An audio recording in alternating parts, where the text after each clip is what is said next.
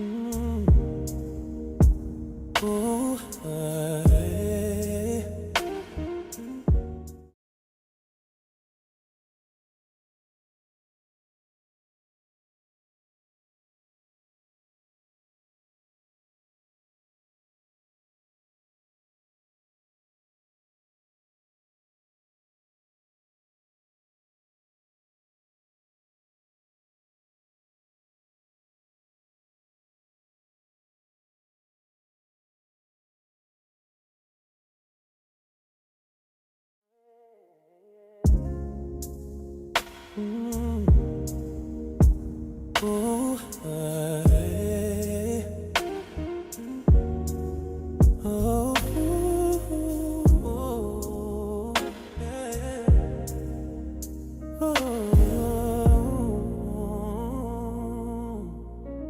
For Jehovah, we open our mouths into thee in the manner of a parable, and we utter before thy throne the dark sayings which our fathers have declared unto us from of old.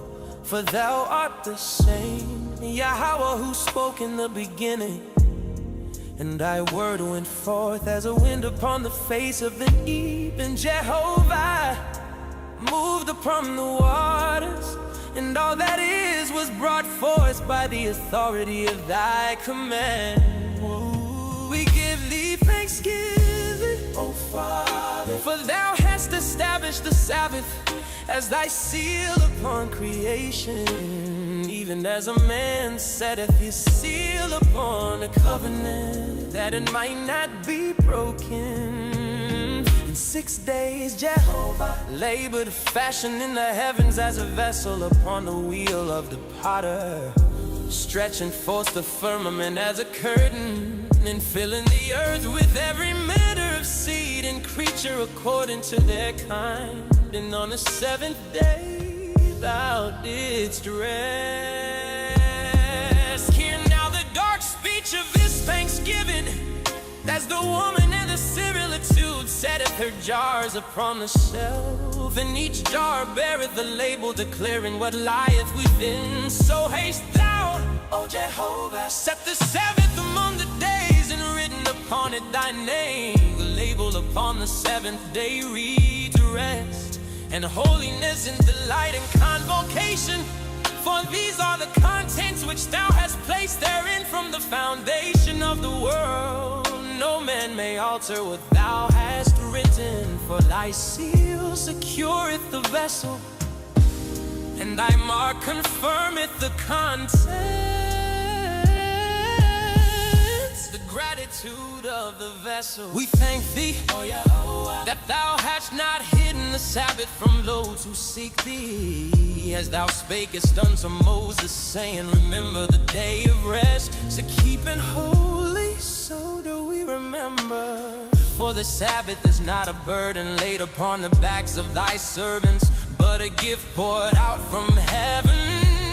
Even as the manna fell in its appointed season, that Israel might know that Jehovah provideth the Sabbath is thy vessel of provision, wherein thou hast stored up peace for the weary, and strength for the feeble, and wisdom for those who sit at thy feet. We utter this dark saying in thy presence, as the earth was without form and void before thy spirit moved, so are we without the Sabbath, empty vessels bearing no label, jars with no contents, bodies with no rest. But when the seventh day cometh, and we cease from our own labors, as thou didst cease from thine, and are we filled again, then is the label upon our vessel confirmed, for we carry within us the rest of Jehovah. The holiness of the set apart day, the delight of the holy convocation. Oh Father, we thank thee that thou hast allowed us to experience this day, which proceeds from creation itself. For the Sabbath is not a thing which man invented, nor a custom which the nations established. It was spoken into being by the authority of Yahweh before ever a law was written upon tablets of stone. It existed in the garden before transgression entered, and it shall endure, and all things are made new. The Sabbath is the first seal thou didst set upon thy word, the first wrath thou didst declare holy, and the first appointed time thou didst give unto the children of men. The closing of the dark speech, therefore we bow before thee, O Jehovah, uttering our thanksgiving as a parable written upon the heart, as no woman kneweth every jar upon her shelf, and the label of grief with the contents, and the lid is secure, and the seal is unbroken. So let it be with us on thy Sabbath. Let the label of holiness upon us agree with the holiness within us. Let the rest which thou hast commanded be the same rest we carry in our vessels. Let us not be jars marked with one name, but filled with another substance. Let our Sabbath keeping be true, from the inside unto the outside, from the content unto the label, from the heart unto the head. We seal this prayer in the name above all names, thanking thee, O Jehovah, that thy Sabbath endureth forever, and that thou hast permitted us, who are but earthen vessels, to taste the rest which proceedeth from the very day of creation. Let the dark sayings of our fathers continue to be uttered in our assemblies, and let the parables of thy kingdom be opened unto all who have ears to hear, in the authority of thy law, and by the Spirit of Jehovah we offer this thanksgiving. Selah.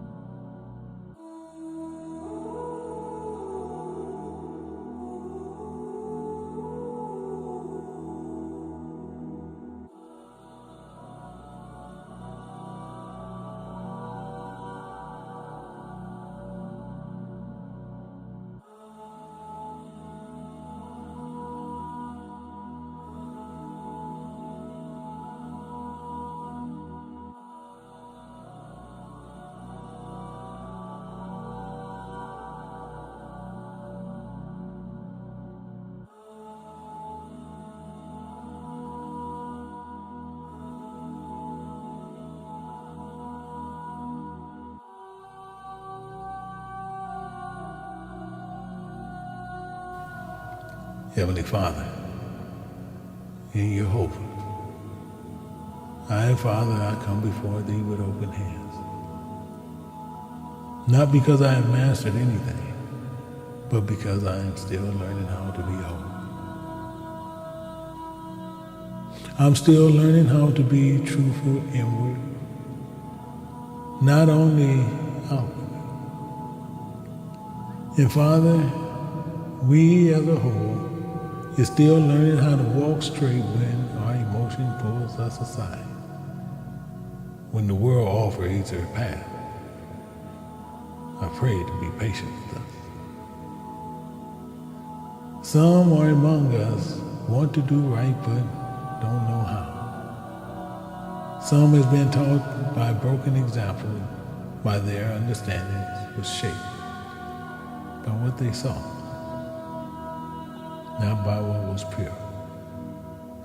Some was hungry for instructions and was given noise. Some was looking for standards and was shown fragments. And some, Father, they come with wounds, quiet wounds, and wounds of disappointment, wounds of confusion, wounds of being led poorly. I ask to heal those wounds through thy instructions and let this lesson today, Father, be unto us not as a weapon to strike others, but as a light to search ourselves. Let it be a mirror, not a stone. Let it correct without cruelty. Let it warn without hardening. Let it teach without shimmering the weak. For thy ways are strong, but thy hand are also gentle. And I pray to place tenderness in the mouths, Father, of me. That as I go forward with this teaching, and let those, Father, as I speak, not to stand above thy people, but to be among as one of them, who is in need of thy mercy. Keep the pride far from this lesson. Keep the performance far from the teaching. Keep vanity from the assembly. For when pride enters the house, truth leaves the room. I ask, Father, to awaken this congregation with a holy hunger, not with entertainment, not with novelty, but with understanding that cleanses. For they are souls who are starving, not for lack of words, but lack of clarity. They do not need a louder voice. They need a truer measure. They don't need more opinions. They need that straight line. They don't need fragments. They need wholeness. Father, teach us the pain to divide things. Teach us a half-truth can injure like a whole lie. Teach us the hidden portions that can poison an entire vessel. Teach us the outward appearance without inward sincerity is like a well that is a painted bucket with no water below. Teach us that claiming to give all while secretly protecting self makes the soul brittle, not because thou art cruel, but because the true is weighty. False balance cannot hold weight. And yet, Father, I ask thee to correct each and every one of us with hope. For some who have withheld did so from fear, and some who gave poorly did so from ignorance. Some who failed did so because they were never shown the right way. And I pray, Father, in the ways of Jehovah, to separate rebellion from weakness. Heal the weakness through instructions. Teach us to confess. Teach us to repair. Teach us to return, Father. Teach us to become faithful witnesses, not with grand speeches, but with a constant obedience. Strengthen those who feel unworthy to learn. Some hear correction and instantly think I am rejected, but Father, let them hear thy heart. That correction is not abandonment, it is adoption. It is proof that thou art still dealing with them. It is proof that thou hast cast not them off. Let them feel thy nearness while they're being reshaped. So I pray, Father, to let this lesson fall upon these people. Rain like upon dry ground. Not flooding, not destroying, but soaking in, softening the hard places, waking up the seed that has slept too long. Let it produce fruit in the home, fruit in speech, fruit in secret choices, fruit in humility, and fruit in integrity. And I pray, Father, to give each and every one of us the courage to be whole, courage to stop pretending, courage to stop hiding, and courage to stop being inward parts into the light. Courage to be honest before Thee, even when we fear, we will see. When we do see, Father, do not let us stay there. Wash us, rebuild us, strengthen us, teach us how to walk again. And I ask, Father, to let this teaching not enter into the ears, but let it travel into the heart.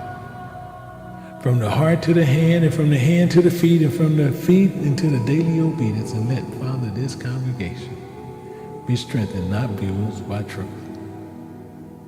Let it be in them, Father. Let it not condemn, but correct and to conform. But Father, we need Thee to make us sincere, and we need Thee to make us clean. We need Thee to make us faithful.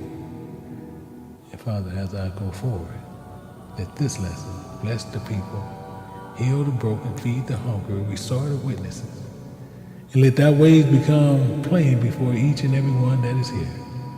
And Father, I pray this prayer in the name of Jehovah, and Jehovah I will always pray in. Amen.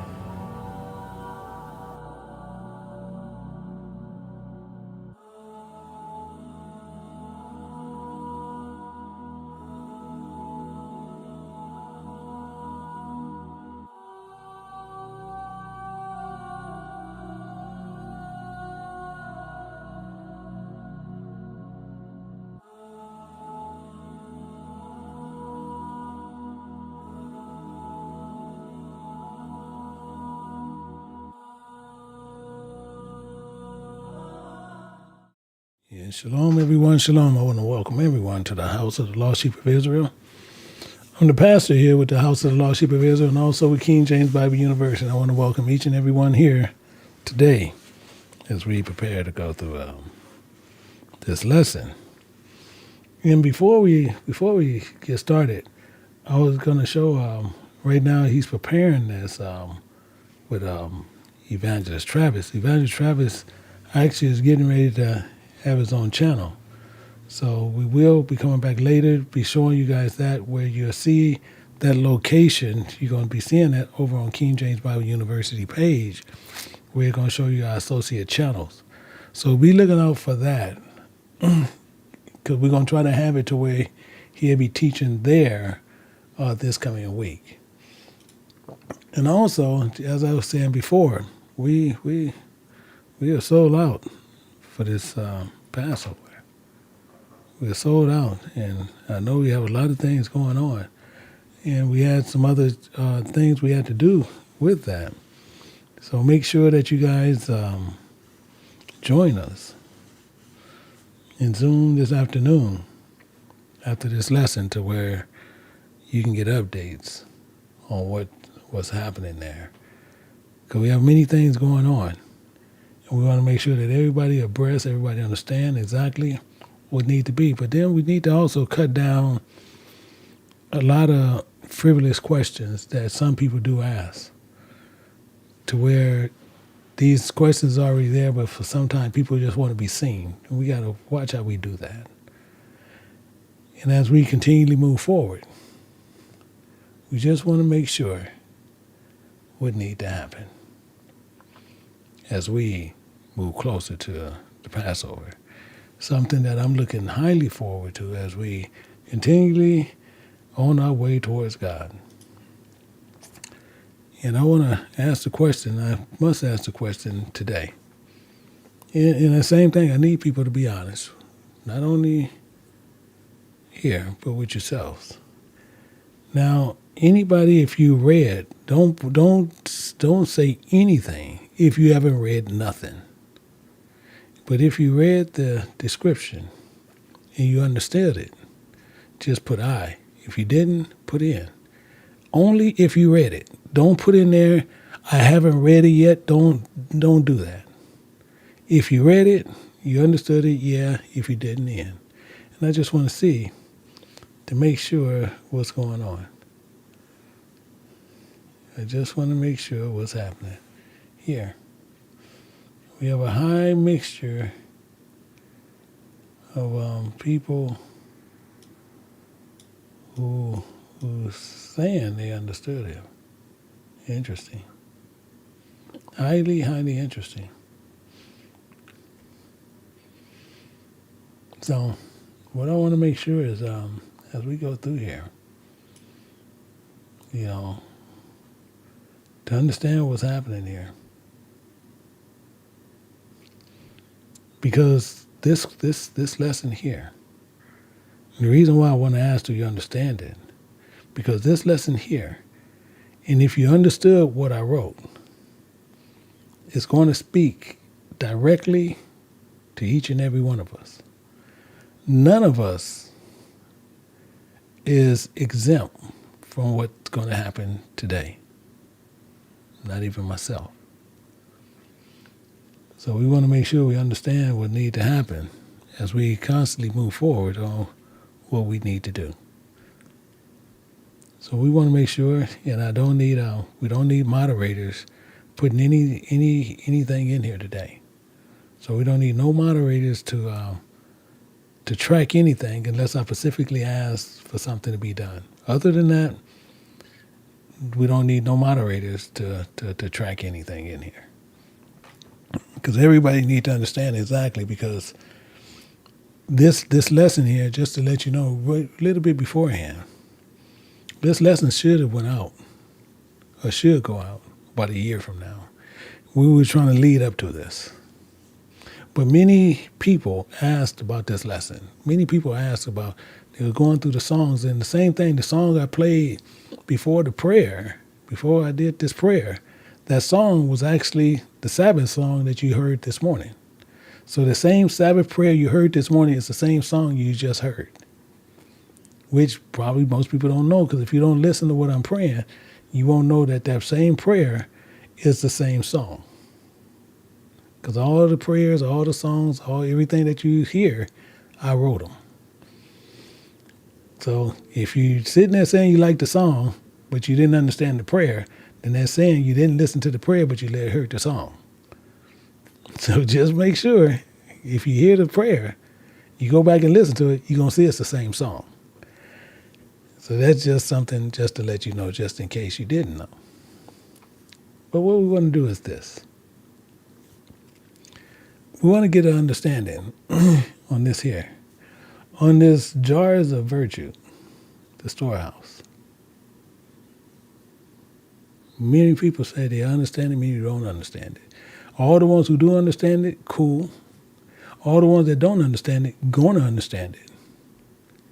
Because we all got to come to the same page. So we're going to get started here. We're going to crank up here. Let us crank up here. And make sure you have your pen, your paper prepared, because like we said, and like all the other brothers, the deacons, the elders, the evangelists, all of us say the same thing. We don't take part in anyone outside of here. As far as communication about doctrine, as far as communication about scriptures, as far as communication about which is the best resource, because we had the best resource, you said up there, it's the King James Bible. We don't trade nothing with nobody. But what you're going to get here is the unadulterated truth on what thus said the Lord. So we're going to begin, but I want to make sure that each and every person, I want you to open up your heart and your mind for the source of all truth, because we asked for it, and the Lord decided to deliver it. I'm going to try to make sure it don't go through 2 teachings. I'm going to try to do it in 1, but if it goes to 2, that's fine. But we got to remember who the Ancient of Days is. The Ancient of Days is Jehovah. The word that's coming from our Father. So we have to remember what's going on. We got to let this quiet noise of this carnal world that we in. We have to open up our ears and our spirit to hear the deep things of the kingdom. And I'm going to show it to you here, and I want to make sure everybody can see what's going on. So if not, I can move it in a little bit. I can move this in a little bit. We're going to go over here. We're going to go down to verse 10. This is the part we want right there. And it tells us in 1 Corinthians chapter 2, looking at verse 10, it says, "But God had revealed them unto us by his Spirit. For the Spirit searches all things, yea, the deep things of God." This is interesting. Because even I am Elder Michael Johnson. I'm going to speak to you today, not with enticing words.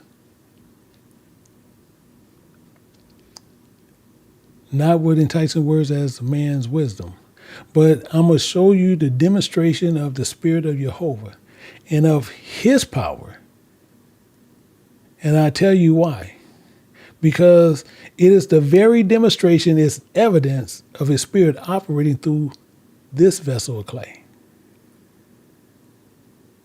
that keeps your faith anchored in the power of God rather than some eloquent speech of some man standing before you. So if you come and you see these people with these polished speeches, of these wisdom of schools, your faith rests upon my ability. In a day, my ability will then fail you. But your faith will fail you also. But I come to you in a demonstration of the Spirit. That's what I'm coming to you today as. So that you will receive today not from Michael, not from me, from Jehovah. Pass through me, and your faith stands upon the rock that cannot be moved, not upon the dust that's going to return to the earth, me. Let me move up a little bit, and we're going to get some of this understanding of what I'm talking about. I just want to show you this. Actually, I'm going to go to 4. I'm going to go to 4, but then I'm going to go back up to 5. And it tells you here what I'm speaking on. It says, "In my speech and my preaching was not with enticing words, men's wisdom, but the demonstration of Spirit." Exactly what I was saying. Exactly what I'm talking about. Verse 5, it goes on more. It says that your faith should not stand in wisdom of men, but in the power of God. That's all I was saying in a nutshell. So, for me to speak to you as one that stood before the same mirror, each and every one of us stand before a mirror. As I stand before you today, I speak as a man who looked upon the shelves of his own storehouse and seen these beautiful labels. And then with terror of the night, you're going to hear this sound of this inspector lifting the lids. This is not the word of condemnation. This is the word of surgery. In the surgery, I hate to show each and every person, it's not comfortable, but it's necessary for this life. See, Paul said this, and I want to show you something in Romans. We're going to look at something. In Romans, he said this. In Romans 1:20. I want to get there. Actually, I can do it quick here. We're going to go to Romans 1:20.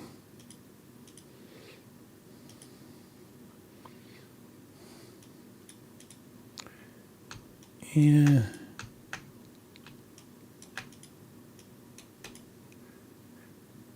it shows you here.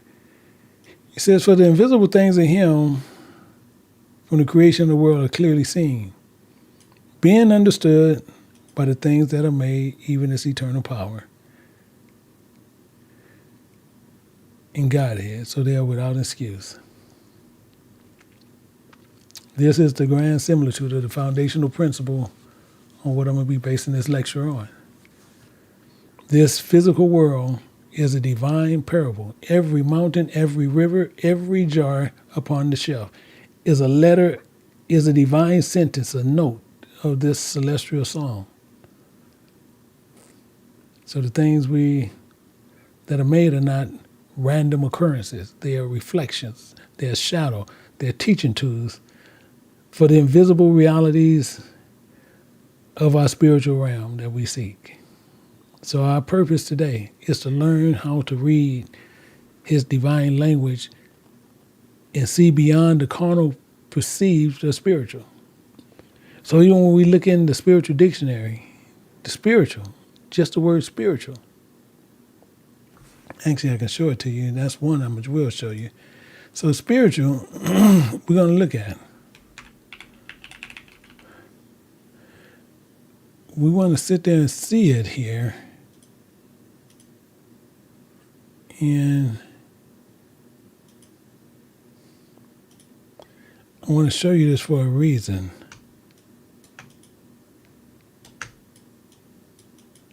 I don't know why it won't scroll. Well, let me just go on and do it this way. So, we're going to, let me get down to spiritual. I don't know why it will not. Oh, now we want to go. Okay. Let me.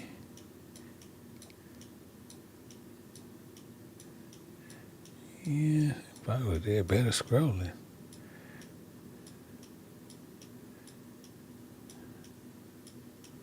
Here we go. Spiritual. Spiritual is showing you what it is. It's celestial. Discernment, fruit, circumcised, inward. I want you to remember those.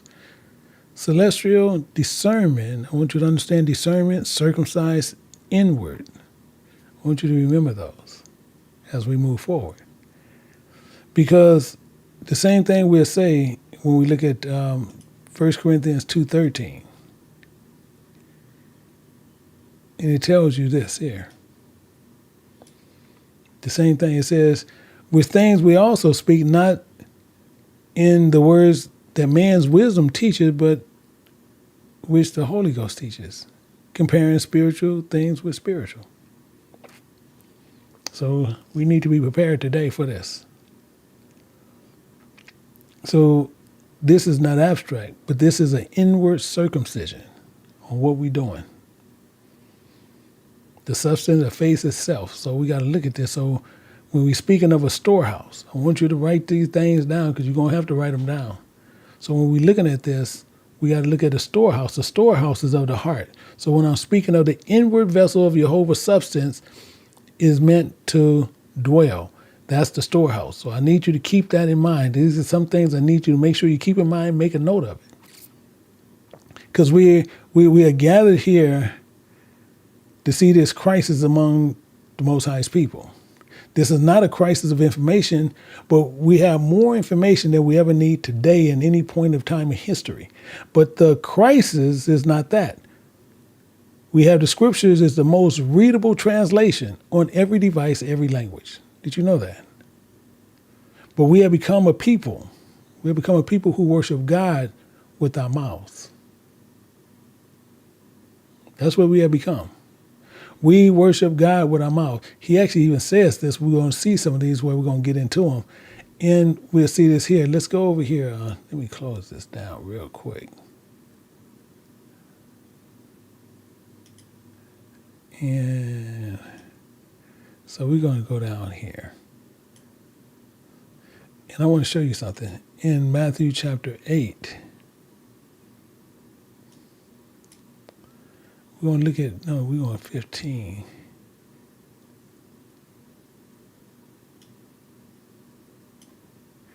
We're on 15, and we want verse 8. So give me 1 minute.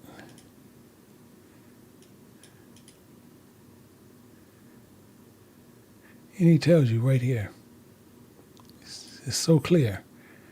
It says, this people draw near unto me with their mouth, and honor me with their lips. But their hearts is far from me. I want to make sure you see that. Their hearts is far from me. I want to show you a couple of things, and where we look at this, and where we're going to, I need to pull up two things, because I'm going to go to one more place. We're going to look at Malachi, because I want you to understand something here. And we're going to look at a couple of things. We're going to look at Malachi chapter 1. We're going to look at verse 8.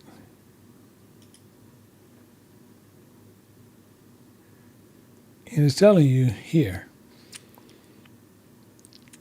It says, and if you offer a blind sacrifice, is it not evil? And if you offer the lame and the sick, is it not evil? If you offer it unto thy governor, will he be pleased with thee, or accept thy persons, saith the Lord? The reason why I'm showing you this, because I wanted to make sure you understand what's getting ready to happen. Because even with Malachi, in the first chapter, the burden of the Lord is showing you right here, this indictment from Jehovah against the people who brought blind, lame, and sick sacrifices to him and called it acceptable. This is why I want you to understand that. The main part is we're going to go back to Romans, and then we're going to get full understanding on why this is such a problem. We're going to go right back to Romans, but we're going to look at chapter 12. We want to go to chapter 12, and we want to understand that from there. Because chapter 12 tells it all. And he tells you this clear. He said, I beseech thee therefore, brethren, by the mercies of God, that ye present your bodies, a living sacrifice, wholly acceptable unto God, which is your reasonable service.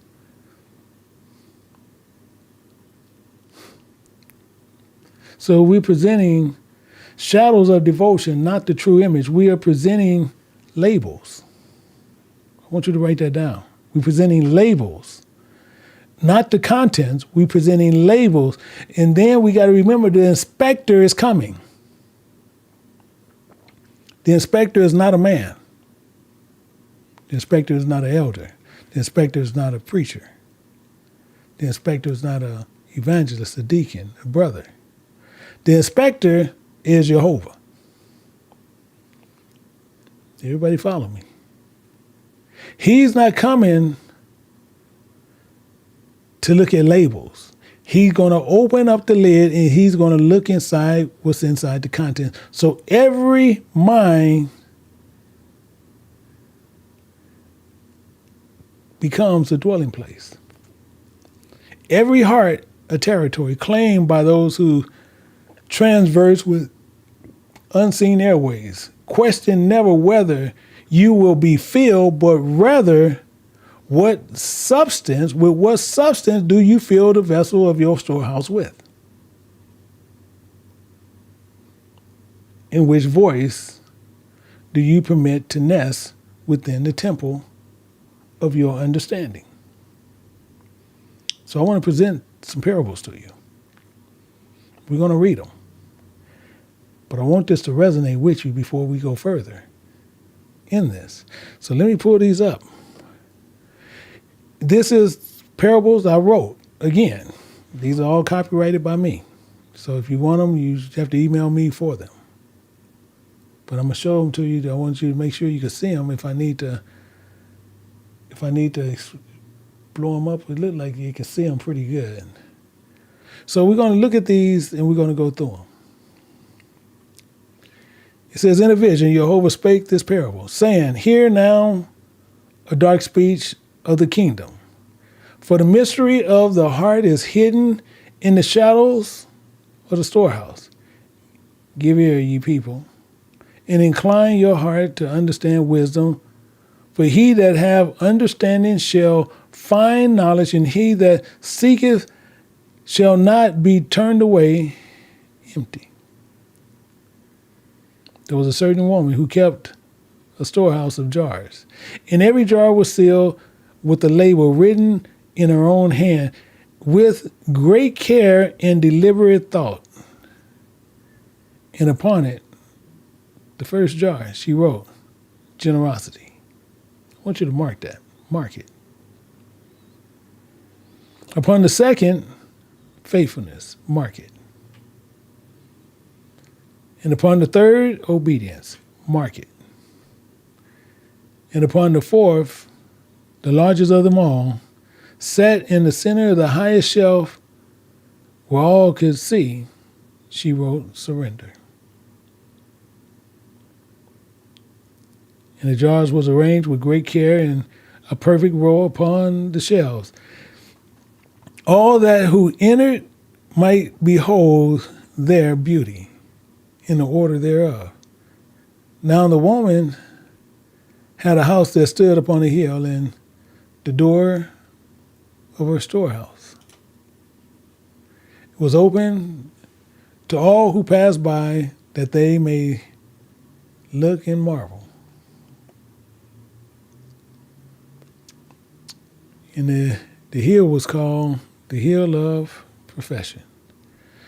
For many dwelled upon who professed great things, and with their lips and their habitations, and they were as white sepulchres full of dead man bones. But the woman considered not her neighbors.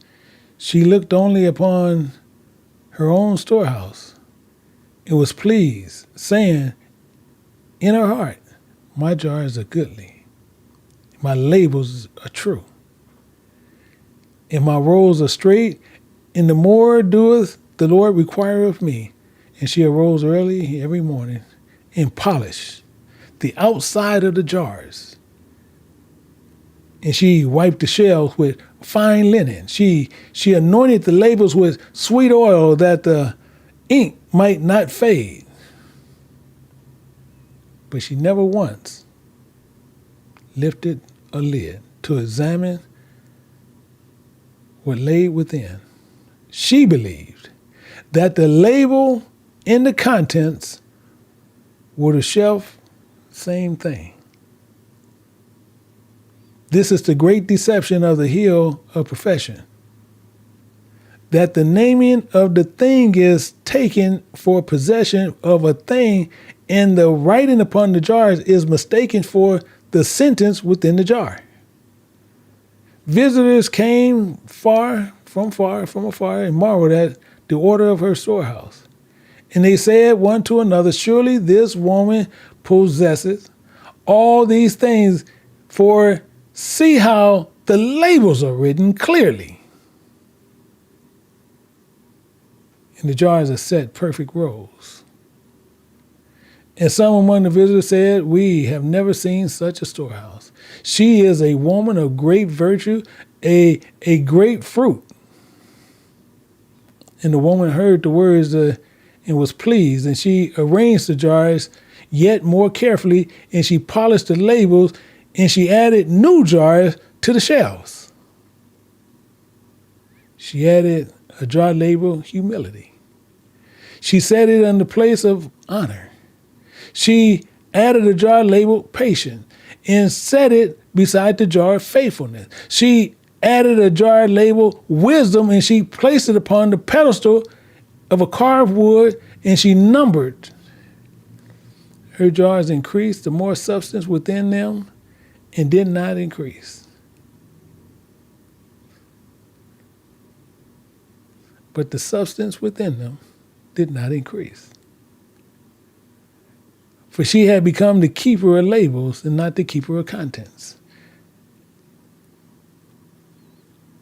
And she called the storehouse the house of fruit of the Spirit. And she invited many to come and see. And the visitors who came were like unto her. For they also had storehouses filled with labels, jars, and praised one another labels, and none among them lifted a lid. If I was y'all, I wouldn't be saying I. I'm just letting you know ahead of time. All y'all putting in I, you need to watch the ones putting in I. You watch the ones putting in I, you watch them. For it is written in a proverb, all the ways of man are clean in his own eyes, but the Lord weigheth the spirits. That's Proverbs 16 and verse 2. I'm going to put that there. I want to put that there. And we're going to go to Proverbs 16 and 2. See, people who just say stuff like this, I'm not here to play games. People who know me, I'm not here to play games with people just saying yes and no just to be saying it. I'm not here for that. We're here to take care of God's business. Not sit here to sit there to try to talk something. It says, for all the ways of man are clean in his own eyes, but the Lord weigheth the spirits. He weigheth the spirits. And the woman lived many years upon the hill of profession, and her reputation grew. The storehouse became a place of pilgrimage. People now going, they making a pilgrimage there. For those who love the appearance of godliness. Now the woman have also been given a fatted offering by the Lord of the storehouse, that she might prepare a feast in her honor and feed the hungry who came to her door. And the Lord has said unto her, flay the offering and give the flesh to the hungry. Pour out the blood upon the earth and as a testimony of thy provision. And let the fat ascend upon the fire, that the Savior thereof fill my house. Keep nothing for thyself, but the knowledge that thou hast obeyed. But the woman, being cunning in her own eyes, flayed the skin and kept it for herself, saying, this skin shall make me a fine garment. And all shall see me and say, behold, remember, she is clothed with a gift of the Lord. She took the flesh, and it was appointed for the hungry. She sold it in the marketplace for silver. And the blood she poured upon the earth as a testimony, but cast it into the gutter where none could see it. She lit a fire, but placed it upon only the scraps and the refuge, with a thin, sticky smoke went up, having no savor of the fatness or sweetness. But she had forgotten one thing, that the Lord sitteth not as man. The Lord seeth not as man seeth. For the man looketh upon the outward appearance, but the Lord looketh upon the heart. 1 Samuel 16 and verse 7. In the fullness of time, the inspector was sent. For Jehovah will not suffer deception to endure forever, neither will he allow his storehouse to be filled with vanity. This is the first chapter of the parable. Let him who have ears to hear give ear, for the night of the inspection is at hand. I want you to think about this, because it's getting ready to get serious. This is the last chapter here we're getting ready to read. I want this to resonate with you. But it came to pass that Jehovah sent a silent inspector unto the storehouse in the night, when deep sleep falleth upon men, and the woman laid in her bed, dreaming in praise of the visitors. And the inspector came not with torches, nor with trumpets, nor with noise of a great host. He came in silence, and as the dew that falleth upon the grass, as still small upon a voice, and spoke Elijah upon the mount. 1 Kings 19:12. We're going to look at that one also. 1 Kings 19:12.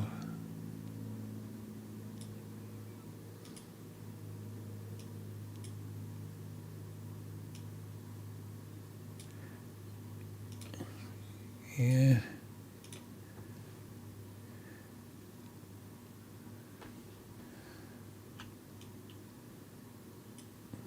it tells you right here. It says, and after the quake of fire, but the Lord was not in the fire. And after this fire, a still small voice.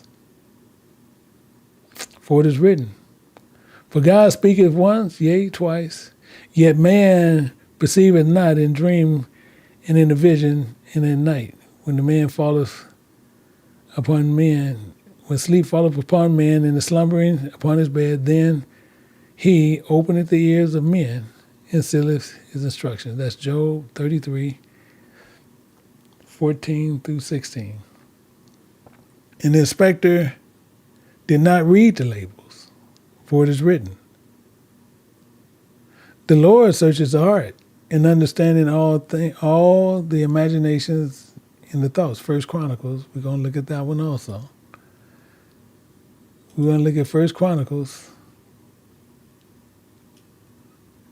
And we're doing something because the other ones we're just going to go through. 1 Chronicles 28. We're going to look at verse 9.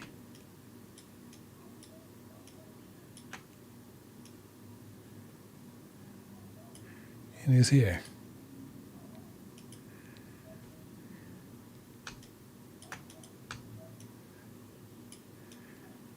And it says, and though Solomon my son, know thou the God of thy father, and served him with a perfect heart and with a willing mind, the Lord searcheth all hearts. He searches all hearts and understand all imaginations of the thought. If thou seek him, he will be found of thee, but if thou forsake him, he will cast thee off forever. He passeth by the carved pedestals of wisdom, and he regardeth not the fine linen. Upon the shelves he took no note of the sweet oil upon the labels. For the beauty of the exterior is the shaft before the wind of the Spirit. He openeth the lid of the jar to see what was contained therein. And behold, remember the jar labeled generosity was filled with sand of calculation. The very dust of the earth, and it was very heavy with weight of self-interest. And she had given only what would be noticed by men, and withheld what would not be missed. She has given to those who can repay her, and passed by those who could not. When the poor man stood at her gate, she calculated the cost, and when the widow came to her door, she weighed the benefit. And when the stranger asked for her bread, she considered first what the neighbors would think. The saying of calculation is this: variance in ill emotions and strife, which are among the works of flesh. Galatians 5:20. For it is written, take heed that ye do. We're going to be going through all this. And the inspector took a handful of sand and let it fall through his fingers. And he said unto himself, this is not generous. This is commerce. She has given to purchase reputation, and her charity is a transaction of flesh. And the jar labeled faithfulness was filled with water of convenience. Stagnant pool, no living current. And the smell of of it was the smell of standing water in a broken cistern. For she has been faithful only when faithfulness cost her nothing. And when the sun waxed hot upon her devotion, she turned aside to the shade for her own comfort. In the season of ease, she found in the assembly. But for a season of trial, she was found in the marketplace. When the word of Jehovah aligned with her desires, she said, Amen. But the word of Jehovah cut against the flesh. She said, this is a hard saying, and she turned aside. In the water of convenience is this: uncleanliness, mark it; in lasciviousness, mark it; in adultery, mark it of the spirit; in among the works of flesh. Galatians 5:19. For it is written, no man can serve two masters. Either you're going to hate the one or love the other, or else you're going to hold to one and despise the other. Matthew 6:24. And the inspector poured the water of convenience upon the ground, and it seeped into the dust, and it was gone. For that which have no living current cannot sustain life. For faithfulness without sacrifice is as a cloud without rain. Jude 1:12. In the jar labeled obedience held the ashes of selectivity. In the burnt remnants of the partial sacrifice, grayed and cold and without life. For she obeyed the statutes that were comfortable to her flesh.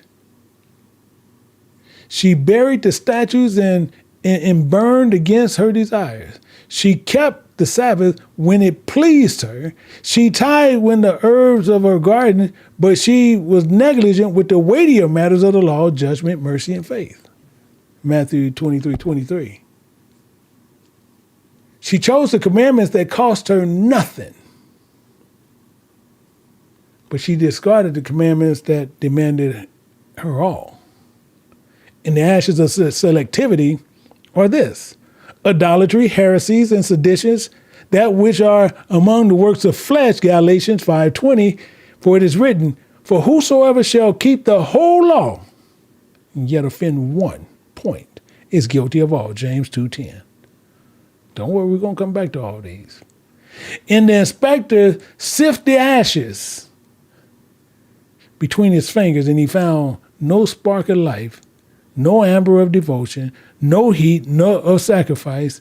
For the ashes of selectivity are the remains of fire that burned only what the woman chose to burn, and spared what she chose to spare. And this is the manner of strange fire, even as in this comparing Nadab and Abihu offered, which Jehovah commanded them not. Leviticus chapter 10, verse 1. A selective obedience is obedience wearing the garment of righteousness.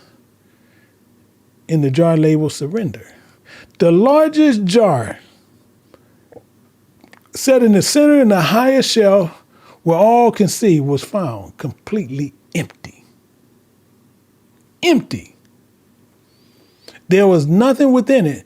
No oil, no wine, no water, no substance of any kind. Not even the dust of the earth was found therein. For she had never placed anything within it. Not even from the beginning of surrender. The jar was a sepulcher that had never received a body. It was a well that had never been dug, as a field that had never been sown. It was a vessel of pure appearance and absolute emptiness. And the emptiness of the jar of surrender is this: withholding of the whole self from the altar of the living God. For it is written, they shall not appear before the Lord empty. We're going to deal with that part, because this is rampant. Deuteronomy 16:60. And again, and none shall appear before me empty, Exodus 34, verse 20. And again it is written, I beseech thee therefore, brethren, by the mercies of God, that you present your bodies a living sacrifice, holy, acceptable unto God, which is your reasonable service. Romans 12:1. And the inspector held the empty jar of surrender up to the light, and the light passed through it. For there was nothing within the cast a shadow.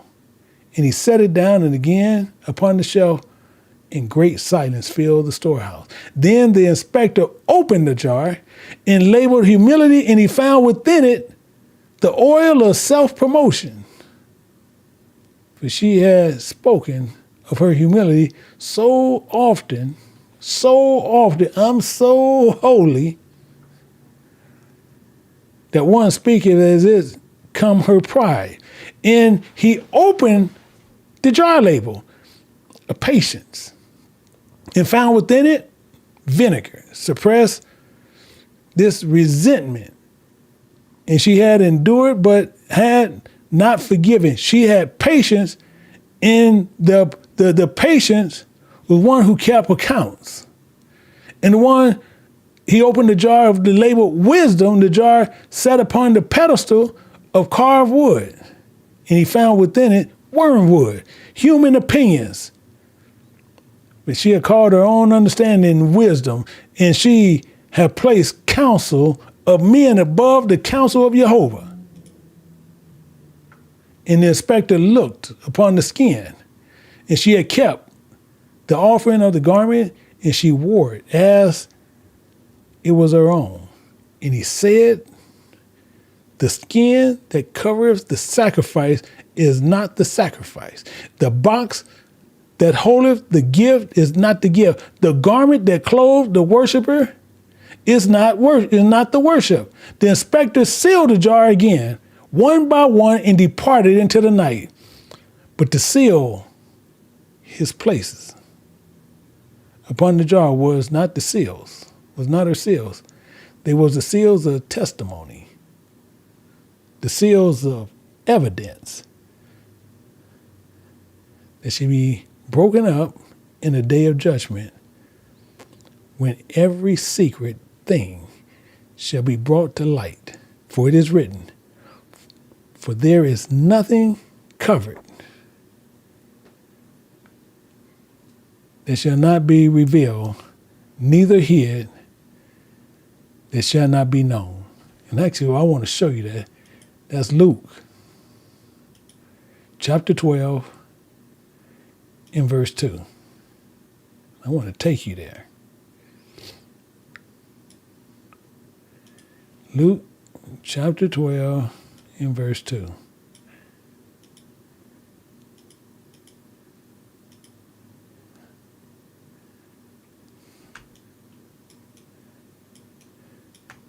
It tells you right here. For there is nothing covered that shall not be revealed, neither hid that shall not be known. This is a great mystery. The inspector came not to condemn, but to seal instructions. For Jehovah openeth the ears of men in the night, and sealeth their instructions while they sleep. Job 33:16. The seal of the jar are the instructions sealed. That within must change, or the day of opening to that day of terrible reckoning. This is a parable of the jars. This is why I sit there. And same thing is, just like I said, I'm going to say this again. That's why I say this channel goes up and down. So, because people will sit here when you agree with something. And this is something you should be meditating and not worrying about putting in I. This is a serious thing here that we got to deal with. Not sitting there worried about, I got to put an I in there. I got to put this in there. No, you don't. Understand what's happening. Understand what's going on. So first we need to understand what we got to do. We have to understand exactly what we must do. Because we got to decode this parable. We got to understand it. We have to understand this. And I want to pull something up real quick.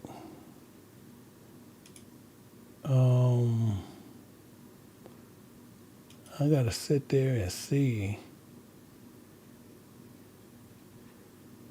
1 second. I want to sit there and see.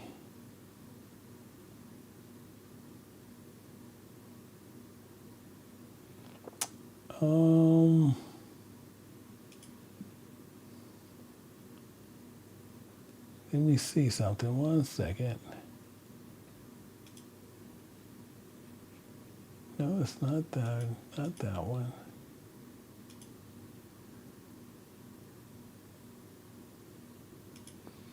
I might have labeled it wrong. Not this one. 1 second.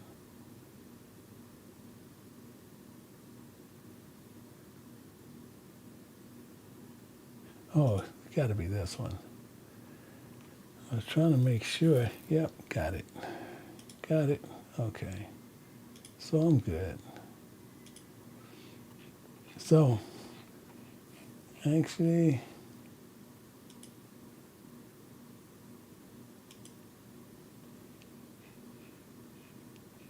yeah, we want to make sure something. I want to make sure something that was there. So we need to decode this here. We got to decode this parable. So the tokens of this storehouse, the woman in jars, the labels we were talking about, is what we're looking at. And the healer profession offering was divided. So we got to decode each one. And I want to show them. So we're going to look at the main one. We're going to look at the master part of this. So I want to pull up a couple of verses. If this one's going too slow, I'm going to end up pulling my other one up. I think I'm going to pull the other one up anyway because I can roll a little bit faster. I can move a little bit faster with this one. So what we're going to do, we're going to go to 1 Corinthians. We're going to look at 1 Corinthians 10:6. I want to put in 1 Corinthians 2:13.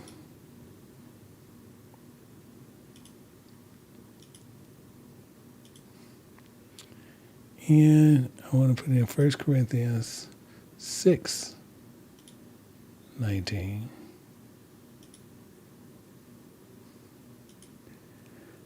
And then we need to go somewhere else. I'm gonna roll with it. So I need to do that for a reason. I want to roll something. I want to roll with something real quick. But we want to look at this for what it is. So let's look at 1 Corinthians. We're going to look at this. 1 Corinthians, and we're going to look at this in 10:6. It says, now these things are examples. To the intent we should not lust after evil things as they also lusted. But I want to pair something with this to make sure we understand it. In 1 Corinthians 2:13, and why I need to put it, it says, which things also we speak, not in the words which man wisdom teaches, but which the Holy Ghost teaches, comparing spiritual things with spiritual. So we got to decode this. We have to decode this thing here. So before we start doing this, I want to make sure everybody understands what's going on here. We first must establish the truth that governs all the tokens I'm going to give you. Well, I'm going to give you 8 tokens. 8. Everybody with me? All eyes who with me, who understand what's getting ready to happen. I'm going to give you 8 tokens, so we got to take good notes. 8 tokens I'm going to give you. We got some spiritual calculus I'm going to do, but I'm going to do it in Zoom. But I want to make sure everybody understands. I'm going to give you 8 tokens the way we're going to understand this together. So each token, because one foundational principle, the body was not created for itself. Keep that in mind. The body was not created for itself. It was created to show glory of Jehovah. The body was not created for self. It was created for the glory of Jehovah. Everybody should follow that. We're going to look at this in 1 Corinthians chapter 6, but we're going to look at 19 and 20. It says what? Know you not that your body, each and every one of your bodies is the temple of the Holy Ghost, which is in you, which ye are of God's, and ye are not your own. You see that? I want to make sure you hold to that. And for ye are bought with a price. Therefore, for that reason, glorify God, glorify Jehovah in your body and in your spirit, which are God's. Now, before I go further, do everybody agree with that? That your body was not created for your own glory. It was created for God. Anybody saying no, find you another channel.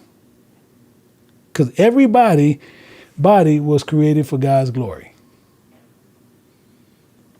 This, I don't care what you are.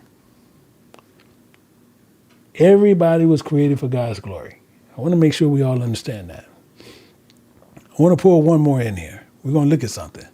And to prove the point, because I want to sell it.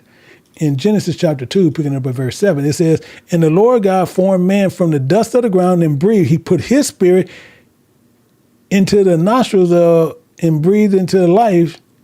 The man became a living soul. So we see this. So when Jehovah formed man from the dust of the ground, he breathed into the dust, the breath of life, and the man became a living soul. So the dust is the material. The breath is the purpose. Mark it. The breath is the purpose. The body is the vessel. The glory of Jehovah is the content the vessel was designed to carry. Everybody with me? I want everybody to stay with me on this. The breath, mark it, is the purpose. The body is the vessel. The glory of Jehovah is the contents the vessel was designed to carry. Every misuse of the body, so every filling of the jar with sand, water, ashes of emptiness is a misuse of Jehovah's property for the purpose that was never intended. Did everybody agree with that? This is what I'm saying. This is why we can get tripped up. This is what we can get holed up on. Let's look at something. Let's keep this in mind.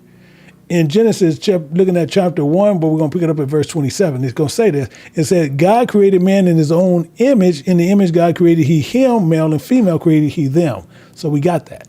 We got that. So understand what's going on. I'm going to try not to be rolling kind of quick, but I just want to make sure I don't speak too fast so I won't get in trouble. Technically what I'm doing. So what we're going to do here is to be created in Jehovah's image. In Jehovah's image means the body was designed to reflect his glory, his countenance, his presence. So the body is sacred architecture. It's a sacred architecture. It's a design to house this immortal breath of the Creator. So every abuse of this architecture is an insult to the architect. Do everybody understand it? Everybody agree with that? Everybody understand? Agree. Eyes and ends. Eyes and ends. We can know. We rolling here. Eyes and ends. We rolling. So we understand that. So if he did this, then he is the architect, and then we have to make sure we're doing what we need to do. So the master builder constructed a house with this immeasurable worth, not for himself, but for the king who had purchased the land with his own blood before the foundation was ever poured. Keep that in mind. So the body is the house. Jehovah is the king. The question before every soul is this: who sits on the throne inside of you? Keep that in mind. Who sits on your throne? You don't have to answer that in here, but you keep this in your mind. You can write this on your paper. Who sits upon your throne? Because I want you to meditate on this. Your body is not yours. It was purchased. It was designed. It has a purpose. So that purpose is not for your comfort, for your reputation, for your pleasure, for your ambition. Keep all that in mind.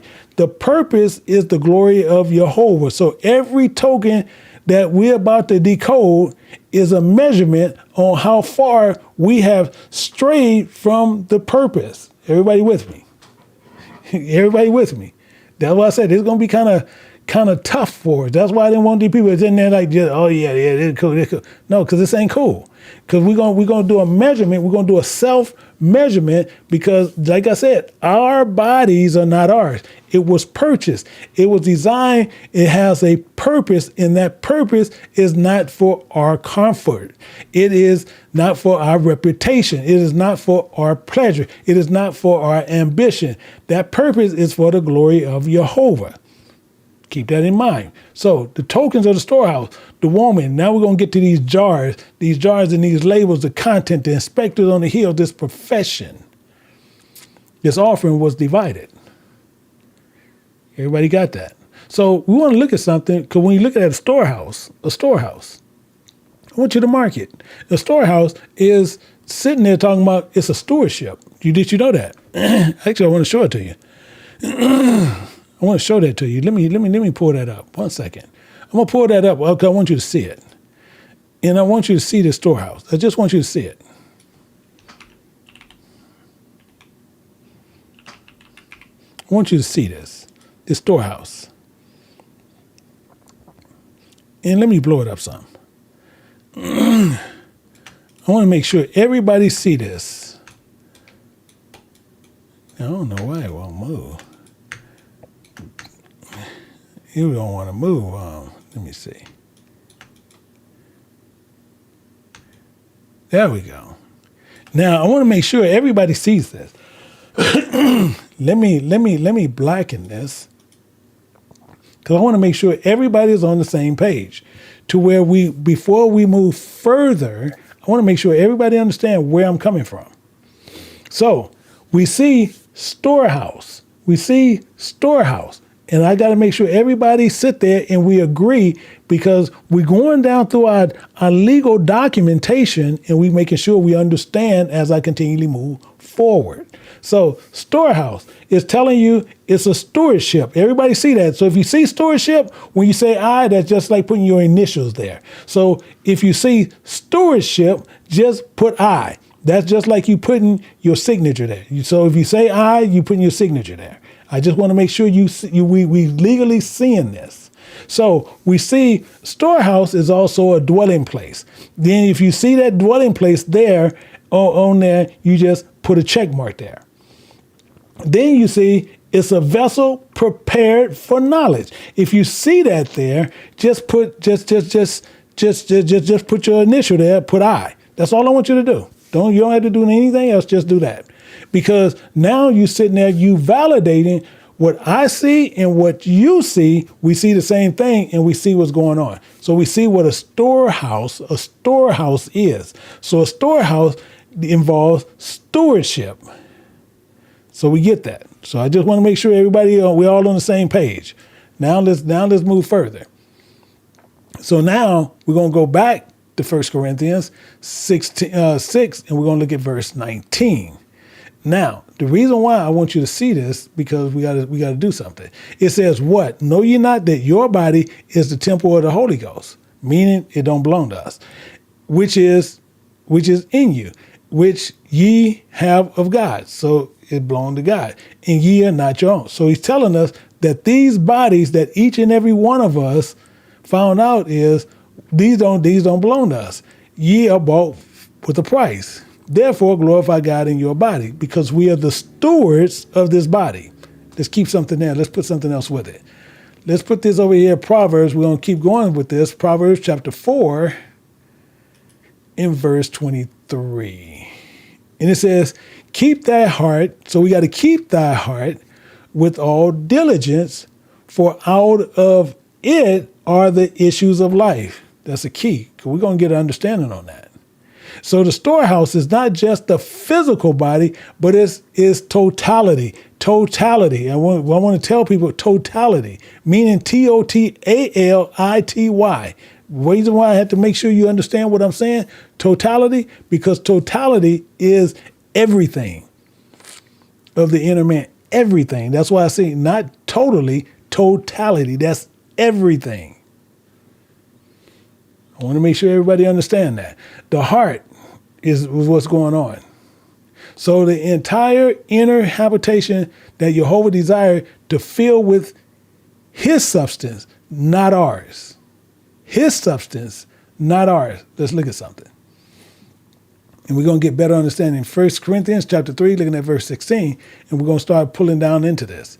And it says, know ye not that ye are the temple of God, and the Spirit of God dwelleth in you? You see that? You see what he's saying. He's holding you to this. And if any man defile the temple of God, because it don't belong to us, we just stewards of it, him shall God destroy. For the temple of God is holy, which temple you are. Now, just want you guys to think about something. Have you ever, anybody have a garden? Many of you guys have gardens. And the ones who have gardens, just the ones who have garden, anybody got a garden, just put Y, put yes. Anybody have a garden, just put Y, put yes. I want to make sure we understand what we get ready to do. So if you have a garden, just put Y, put yes. And we're gonna do an exercise. All Y's put yes, not a you. I don't know what's wrong with them. But, okay, so we got a lot of people with gardens. Now, because why? We're doing an exercise because I want you to see this here. So the same people participating with the Y's. Now, let's say you grew some vegetables, but then some vegetables, as you was going to harvest those vegetables they didn't look good at all. Why people putting an eye? People can't follow instructions. People need to learn how to follow instructions. That's the first important thing you need to do. So again, if you pushing some vegetables, you harvesting some vegetables and they don't look good at all. They look rotten. They look like they ate up some. They look like they part rotten on the outside. Now, all the people who have gardens, do you harvest those to bring those in, to keep them, to eat off of them, or do you cast them away? Why? You want to tell you what? Can y'all time him out for the rest of everything? Just time. No, Sister Melissa, time him out for the rest of the lesson. Just time him out. I don't need this kind of stuff. So, because for some reason he don't get it. But the thing is, so everybody who have something that's rotten, that's this in a certain way, what I want you guys to do you guys harvest that and bring it in the house? Do you harvest it and bring it in the house? That's either a Y or a no. Either a Y or a N. So if you don't take in your rotten fruits and all your rotten vegetables, do you toss them or do you bring them in the house and you try to eat them? So we're going to see what happens here. And we're going to see some people, well, you got one person, they still do it. We don't know what some say yes, some say. So you have only a couple of people will still bring them in. I guess they're going to find another way to do something with it. I don't know. But you see the majority of people is saying no, they're going to toss them. Now the ones who saying yes and no, they might do something else with that. They might juice it. I don't know what they might do something with it. I don't know what they might do with it. But they could have other use that they might try to make use of it. So I don't know. Because we only got a couple of people who got Y's and N's, where they got Y and N. So they might use it for something else. But the majority is saying no. This is why. If any man defile the temple of God, him shall God destroy. For the temple of God is holy, which temple ye are. This is what's going on. So now the thing is, we got to look at this. Let's look at something. In Malachi chapter 3, my wife couldn't do it. She kept telling me, I'm going to give me a garden. She ain't got no garden yet, but that's beside the point. So same thing is, we're going to look at Malachi chapter 3, verse 10. It says, bring ye all the tithes into the storehouse, that there may be meat in my house. And prove me now wherewith, saith the Lord of hosts, I will not open your window of heaven and pour you out a blessing that there shall not be room enough to receive it. Exactly the point. Same thing with me and my wife. She got fruit trees in the back. I got fruit trees in the front. Same thing. And I can almost guarantee you, my wife when she in the back, when she harvesting those fruit from those trees, if it look any kind of rotten, I can guarantee you she don't bring them in. I already know she don't. She gonna toss them. So the same thing with myself. We don't have a garden because my wife said she's going to do a garden, but she ain't did a garden. But she got some people supposed to come here and help her do a garden. But that's beside the point. We don't have no garden. We ain't got no garden. But what I want you to think of this, keep this in mind. We got to keep this in mind. As you're saying, bring all these portions. So it's not saying it's a portion of Jehovah has given us knowledge and understanding and wisdom, which he had commanded to distribute unto his people. Meat in his storehouse is the word of God. Keep that in mind. It's the word of God that's in his storehouse. And it has to be able to be distributed. That's why he's saying that. Let's look at this in Galatians chapter 5, looking at verse 22. Let's look at something. 22 and 23. It says, but the fruit of the Spirit is love, joy, peace, long-suffering, gentleness, goodness, faith, meekness, temperance. Against such there is no law. Interesting. So what we're looking at here, what does the Lord or the Jehovah eat? What do he eat? He eats those things there. He eats love, joy, peace, long-suffering, gentleness, goodness, faith, meekness, temperance. And I'm going to show you how that works. Meaning, when you get to those things, you can see what's going on. These are the 9 portions of fruits of the Spirit. Jehovah is coming to his storehouse to see if there is food for his table. Everybody follow me? He's coming there to see if there's food for his table. That's the point he's making. Everybody with me?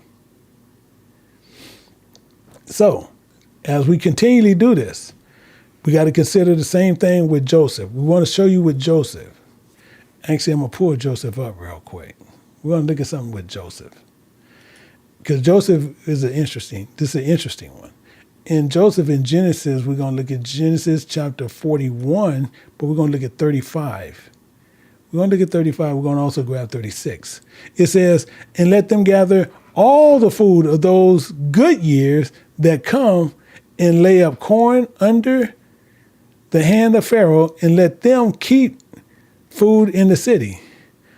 For the food shall be for the store to the land against the 7 years of famine, which shall be in the land of Egypt, in the house of bondage, that the land perishes not through the famine. Why is he even saying it that way? We got to still understand, we still got to consider, right now, we have to sit there and we should have food in our storehouse. We should have food here. When people come here, we should be able to prepare a meal for the people, no matter what. A meal should be prepared for the people. Everybody with me? This is why he says there got to be meat in his house, not a whole bunch of regurgitated teachings, not a whole bunch of regurgitated anything. It should always be food in the house.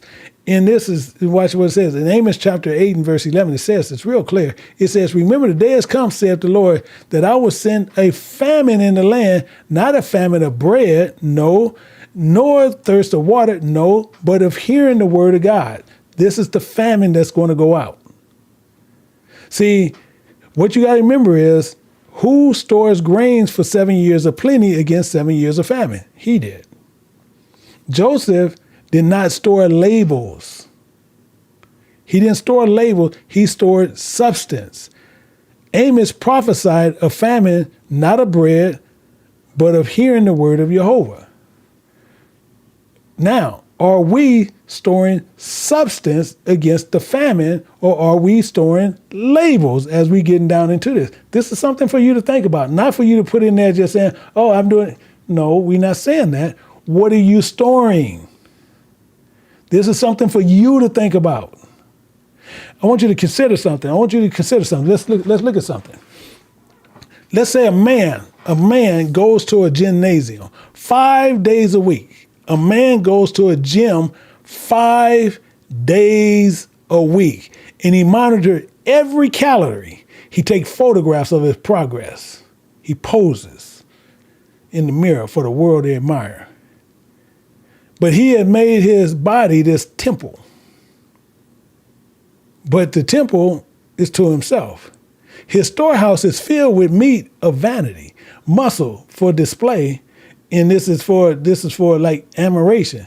But the meat of Jehovah's word, where's the knowledge stored? Tell me. The storehouse has been converted from the temple of Jehovah to a monument of flesh. Tell me it's not. Tell me it's not. You can put a comment, you tell me it's not. Same thing. Let's consider the woman, because we got both sides. You got a woman who spends 3 hours a day. We just say a woman spends 3 hours a day preparing her outward appearance. Some of y'all know what I'm talking about. Y'all know what I'm talking about. 3 hours a day. The outward appearance before they enter into like an assembly or going somewhere. Every detail of her garment, it takes them all day to do it. Her face, her adornment is arranged with precision. But she has not spent 3 minutes preparing her inner vessel. She has a polished outside the jar and never lifted the lid. Her storehouse was decorated, but the empty meat that Jehovah seeks ain't there. You think about it. See, you got to understand what he says. Actually, let's look at something. See, we got to understand what we're doing here. In 1 Timothy, looking at chapter 4, picking it up at verse 8, it says this. It says, for bodily exercise profiteth little. People, what? That's in scripture. You see it right here. For bodily exercise profiteth little, but godliness is profitable unto all things. To all things. Having a promise of life that now is and that what is to come. So what you doing? I'm in the gym, really. See, the storehouse is a dwelling place where stewardship, understand the storehouse is a dwelling place where stewardship is proven. Jehovah promises certain things. He promises ultimate dominion over all things within the storehouse. Keep that in mind. For it is his house. It's not ours. But he had granted us stewardship. So the responsibility is to fill it and distribute it from it. This is why I get on these brothers so much. Brothers ain't teaching? Boys, you ain't nothing but an enemy. He granted us stewardship and responsibility to fill it and to distribute from it as it need to go out. So the window of heaven is not open just because Jehovah possesses dominion, but because faithful stewardship is demonstrated within that dominion. Did everybody understand what I just said? Did everybody get that? Did everybody get that? Did everybody understand what I just said? Everybody should have understood what I just said there. See, when we're looking at this, I want you to meditate on something. If Jehovah inspected your storehouse, if he inspected your storehouse today, not your outward appearance, not your reputation, not your social media profile, but the actual contents of your inner vessel, will he find meat? Will he find knowledge stored, understanding preserved, wisdom ready for distribution, or will he find a decorated shell with no substance within it? Do you follow what I'm saying now? See, looking at token 2, the woman. The woman. See, the woman represents the spirit of man, both male and female. See, the inner keeper of the storehouse. Let's look at something. I want to show you something. We're going to show you something. And this is something people love to use, but I don't know why they use it, but people love to use it. We're going to go to Proverbs 31, but we're going to pick it up at verse 10 because I want to show you something and show you why people will lie. But it says, who can find a virtuous woman? A virtuous spirit.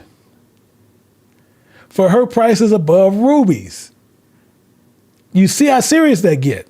I'm talking about It goes from 0 to 1,000 quick. The woman is the archetype of a faithful keeper. She raises while in the night.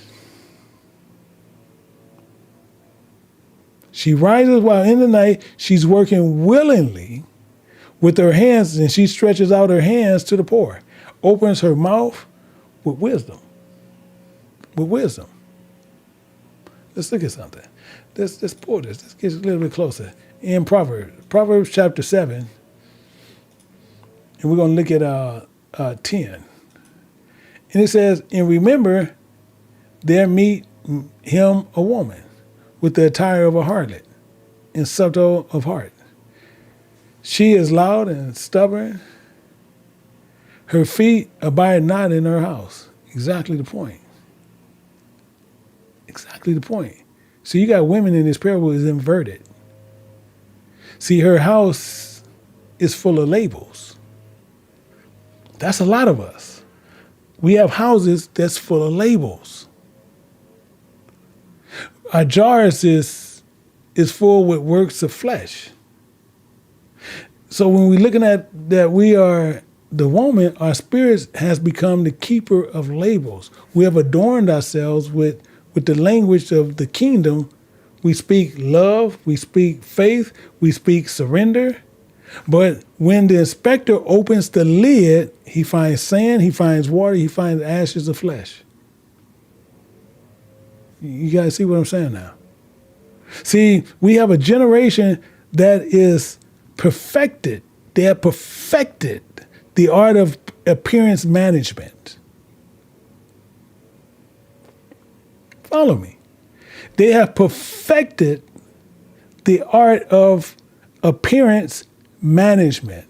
Men and women craft entire identities online and bear no resemblance to the person who sleeps alone with their conscience at night. See, they curate these images of spiritual devotions. They write the right captions beneath the sunset. You do. I'll tell you what. Same thing. If people can please do this, people who receive them or put them out, just say I. So they don't know which one you do. If you get these curated images with these spiritual devotions, if you send them or receive them, just put I. That's all you have to do. And you have people who do this. They're going to curate images and they're going to put these spiritual devotions at the bottom. Y'all be saying, oh, this is so beautiful. Oh, this is thank you, so beautiful. This is so beautiful. This is what we do. The captions beneath the sun, the right scripture quote, the right worship song shared at the right time. Oh, I needed that song right now. While they private search history tells a different story. Their private conversations tells a different story. Their private appetites tells a different story. The woman in the parable, the spirit has become this expert in label management. While the jars rot from within. Actually, let me pour this before I go there. God needs you to see it. We're going to go to Jeremiah chapter 17, looking at verse 9. But some people already know where I'm going. 17:9.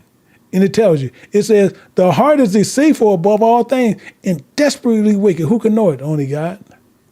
Only God. Because the outside label looks good. But when he come in and check that jar, it's different. She don't know her jar was full of works of flesh because she never opened the lids. She trusted the labels.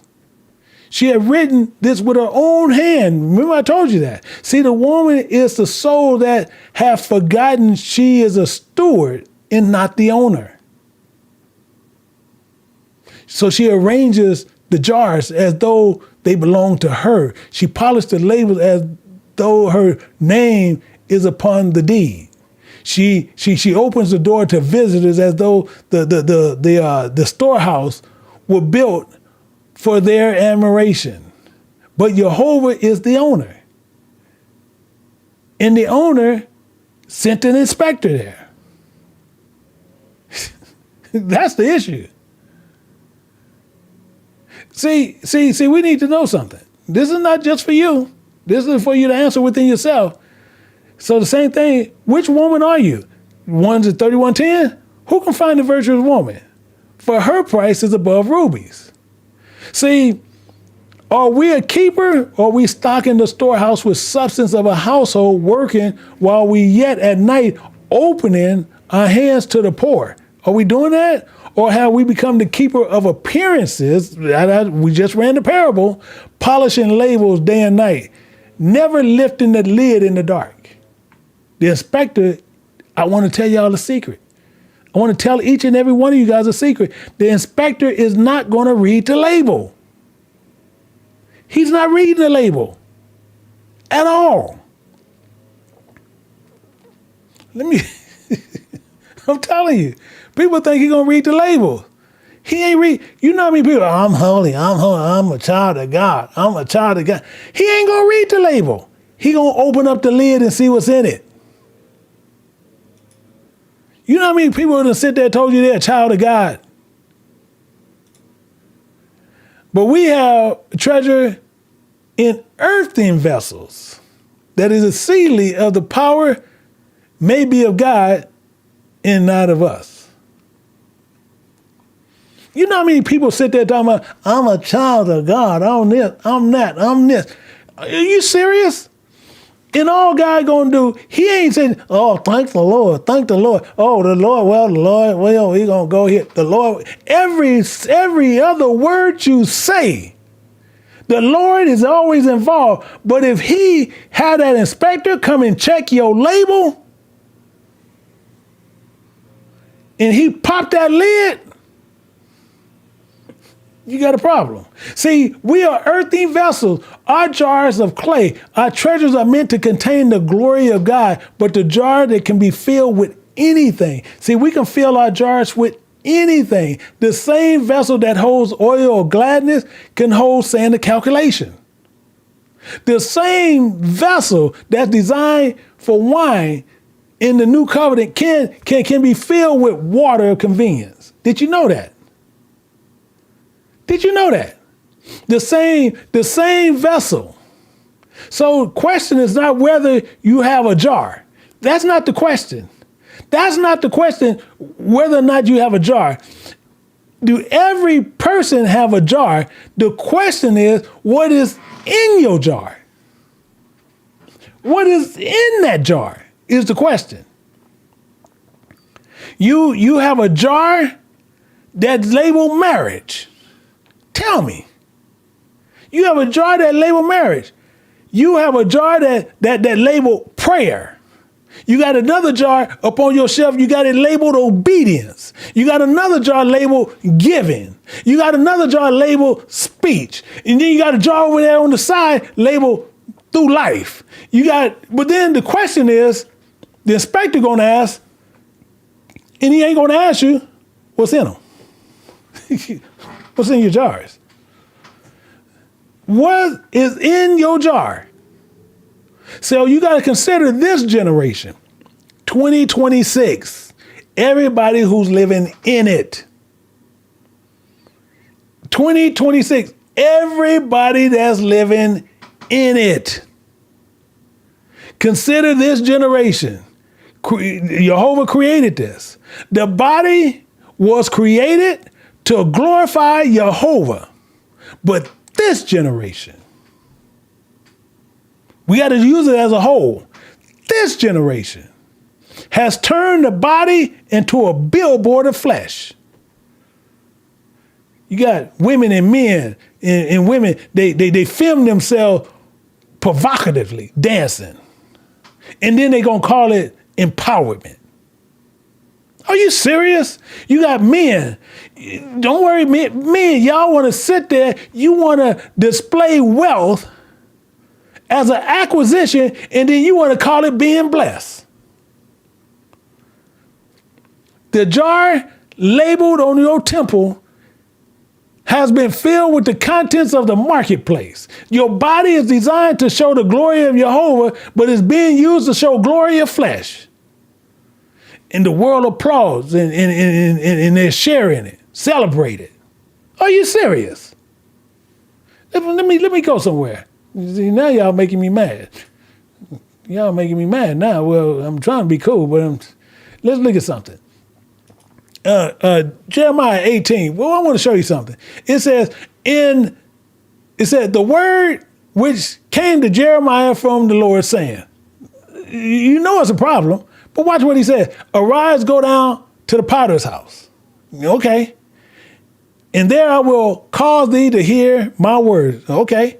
Then I went down to the potter's house. So Jeremiah said, so I went down to the potter's house. And remember, he wrought the work on the wheel, in the vessel, us. That he had made of clay was marred in the hand of the potter. So he made it again another vessel as seemed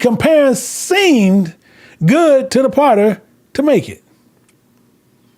But the word of the Lord came to me saying, O house of Israel, cannot I do with you as the potter, saith the Lord? Remember, as the clay is in the potter's hand, so are ye in my hand, O house of Israel. That's interesting, ain't it? That's interesting, ain't it? But we ain't even done yet, because I got some more to show you. Let's look at something. Let's look at something. We're going to look at Wisdom of Solomon, chapter 1, verse 4. And we're going to get all the understanding. It says, for unto, you see this, a malicious soul, wisdom shall not enter. I want that to sink in on you. For unto a malicious soul, wisdom shall not enter, nor dwell in the body that is subject unto sin.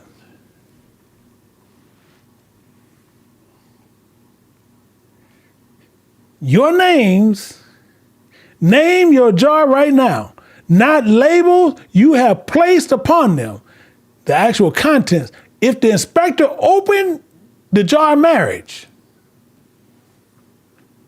if he opened the jar of marriage, this goes for me too, my wife too.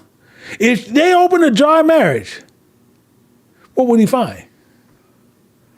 What is he going to find in there? Has they been loyal to one another? Has they lied to one another? Has they cheated one another in anything, faithful form? If he come and he look at that label and he said, oh, they got married. Yeah, let me open up this. Let me look at this. And then he going to go to Psalm. And if he opened that jar of prayer, would he find living water or stagnant convenience? You tell me. If he opened your jar of speech, would he find wisdom, or is he going to find wingworms, the wormwoods? You tell me. Name the content, not the levels. If you name the content, don't tell me what label's on there, because all he going to do, he going to walk up and he going to open up the jar. He ain't going to read your label. Thinking he gonna walk up, well, Lord. He ain't reading your label.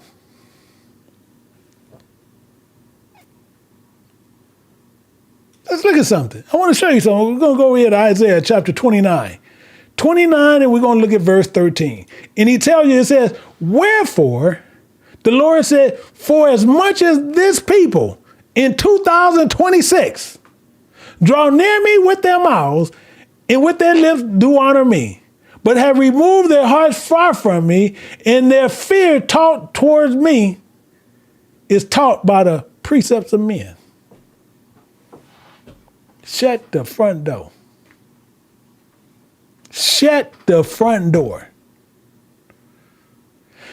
The labels are the outward profession.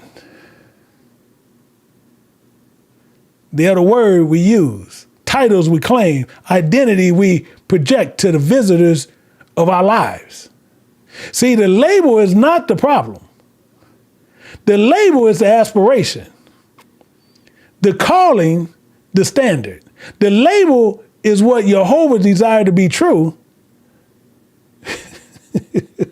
Y'all ain't hearing me. The problem is the gap between the label and the contents. That's where the gap is. See, we believe our own labels because no man never opened the label. He never opened the label with the lid. You get what I'm saying? See, we just believe it. To where you can come and they tell you I'm this and I'm that. But all you got to do is open the lid and you see the contents in it. That's why Jehovah don't read no label. He just opened up the lid. Did you know, I'm gonna share you something. Do you know, and it's funny, you have a whole lot of people and brothers, a whole lot of them come here and they sit there and they put out teachings. They put out teachings and they saying they teach. So they got that label on there, teacher. All you gotta do is open up the lid. You know the content, because if they constantly keep getting, every time they pour out that jar, every week, that content's going to get deeper and stronger. Y'all following me now? Every week, that content's going to get deeper and it's going to get stronger. It's not going to stay the same. The Most High got to keep feeding you more and more and more and more.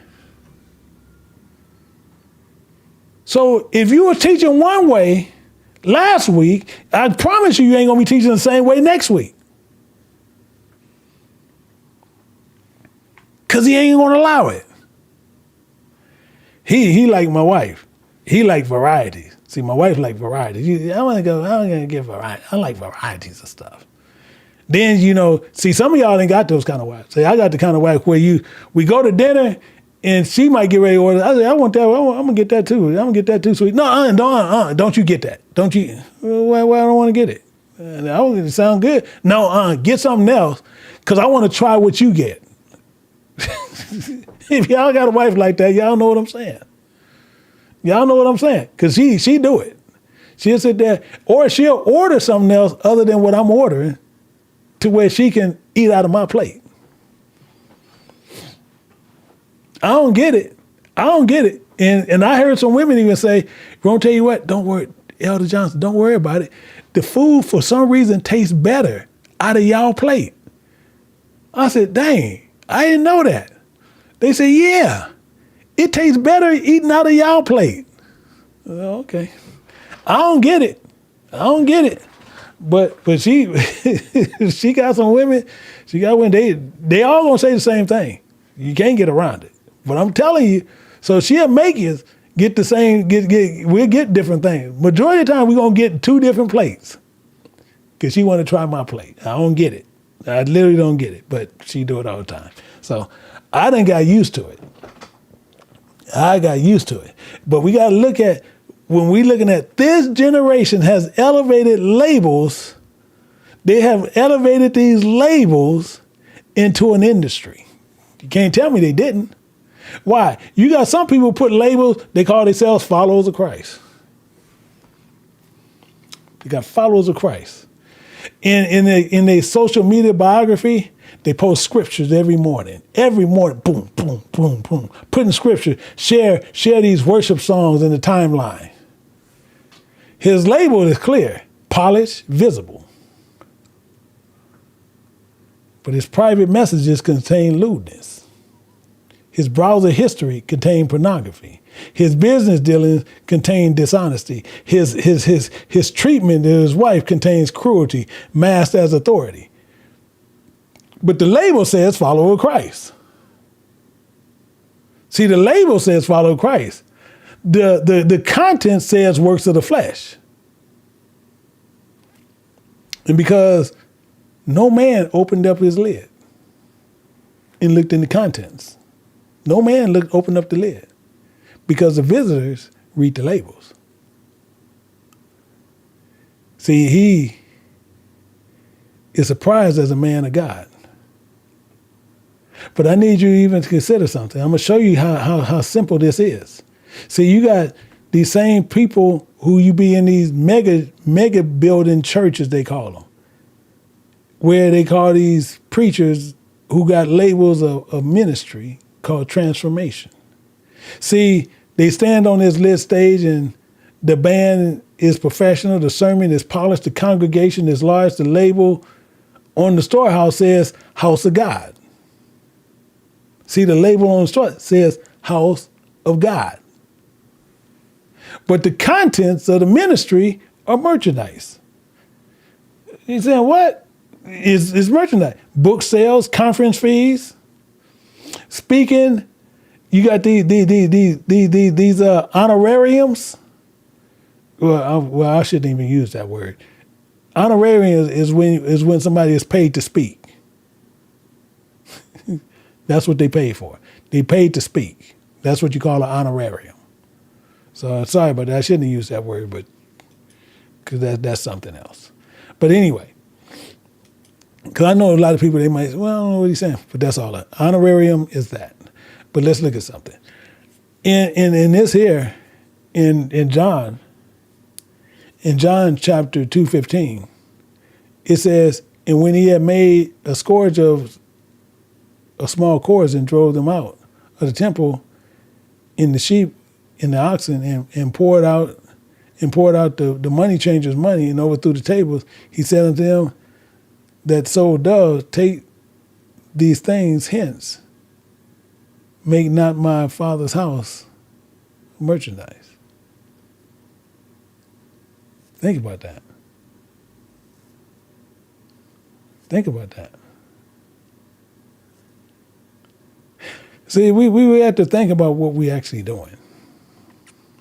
We have to really understand exactly what we get into. You see that here, it says, therefore, which teacheth another, teach not thyself. See, he's asking you that. For thou preachest a man, should he not steal? Doest thou steal? You guys get this? See, you teach one man one thing, but do you do it? See, the most dangerous label is one we believe ourselves. Did you know that?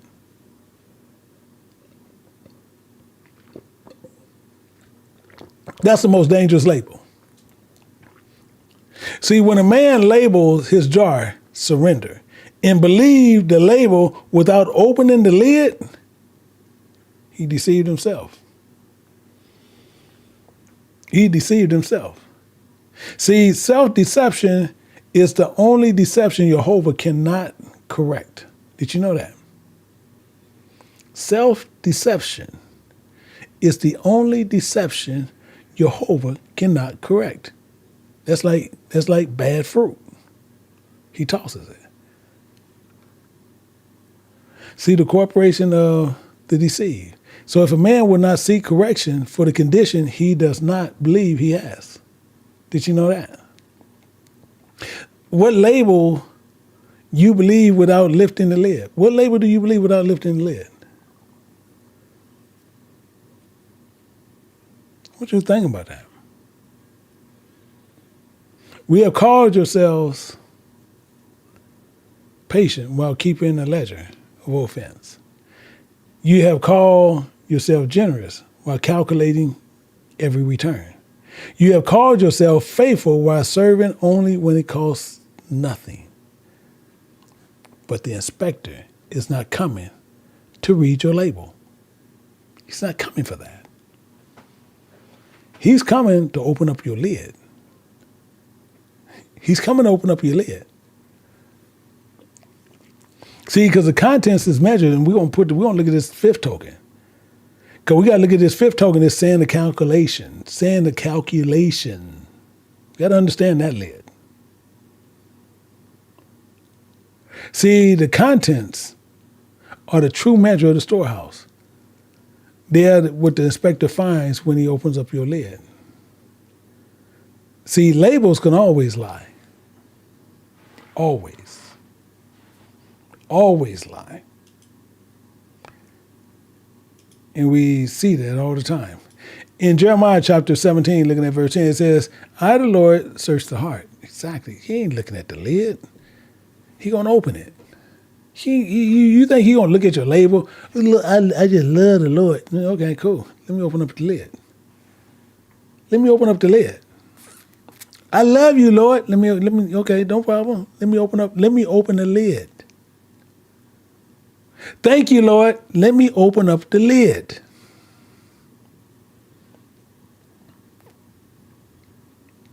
The label's all shiny and beautiful. Oil on it, you got it all shiny and beautiful. And he gonna crack the lid open. But the contents can't contain hidden from one who searches the heart. Did you know that? See, the parable reveals 7 substances found in the jars. Sandy calculation, problem. Water convenience, problem. Ashes of selectivity, problem. Emptiness of surrender, problem. These are all withheld the oil of this self-promotion, problem. Vinegar of suppressed resentment, problem. And the worm of human opinion, problem. Each substance is a work of the flesh, masquerading as fruit of the Spirit. Each substance occupies space as a vessel that was designed for the glory of Jehovah, and we done stuck a label on it, and we just say that's us. We just say that's us. But when he gonna crack that label open, and he's looking at it, okay, he ain't gonna read the label, and he gonna open up that lid, sand, and did you know sand is the smallest particle of earth? It has no root of life, no capacity to produce fruit. When Jehovah formed man from the dust of the ground, actually I want to show it to you. We're going to go back here. We want to show you something. And we're going to go to Genesis 2:7. I want to go back here. But I want to put one with this. I want to put one with this. Romans. I want to put Romans with this. Romans 8:6. For a reason. See, because it says, and the Lord God formed man from the dust of the ground and breathed into his nostrils the breath of life, and man became a living soul. Man became a living soul. He breathed into him, but the sand of calculation is dust that never received breath of Jehovah. Did you know that? So it is a carnal mind operating where the spirit was meant to dwell. And that's why I wanted to show you here, for to be carnally minded is death, but to be spiritually minded is life and peace. You follow me? Let me show you what I'm talking about. Let's get somewhere. In Leviticus chapter 19, looking at 9 and 10. And let's understand this fully. It says, and when ye reap the harvest of your land, ye shall not wholly reap the corners of thy field, neither shalt thou gather the gleaning of thy harvest. And thou shalt not glean thy vineyard, neither shalt thou gather every grape. Don't gather every grape of thy vineyard. For thou shalt leave them for the poor and stranger. I am the Lord your God. You see what he's saying here? He's simply saying, leave that. Leave it. Leave gleaning, don't you take everything. Leave some for the poor.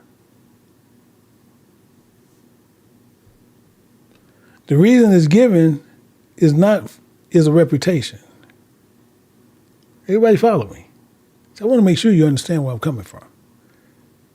Just the reason it's given, you don't give to gain a reputation. It is Jehovah. Let me break this down a little bit, because some of y'all gonna have a problem with this. I want you to think about something. You have a man who can stand before a congregation. I want you to think about it. I just showed this not too long ago.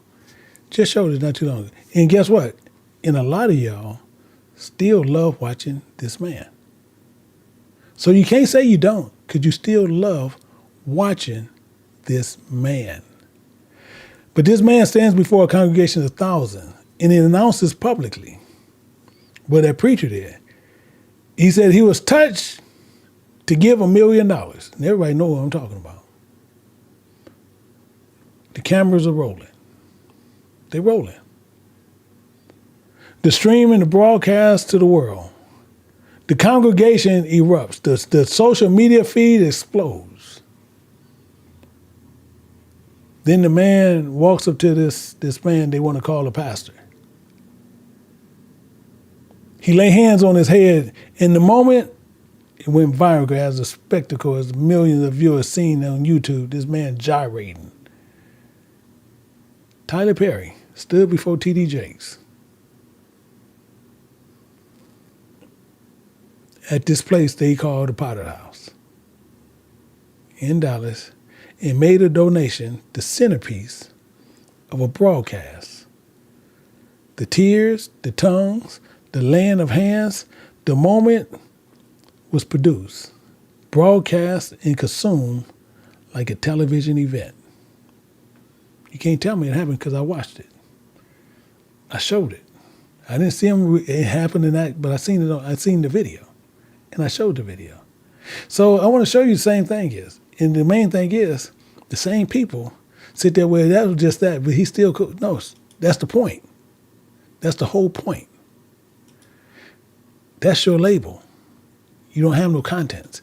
Let's look at something. It says, take heed, in Matthew chapter 6, looking at verse 1, take heed that ye do not your arms before men. Don't do your good deeds before men to be seen of them.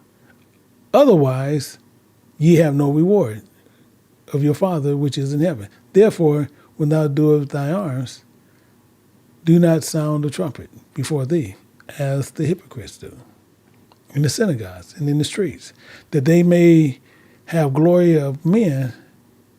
Verily I say unto you, they have their reward. Yeah, they just got it. They just got it. So when that trumpet, that YouTube, that trumpet, all that,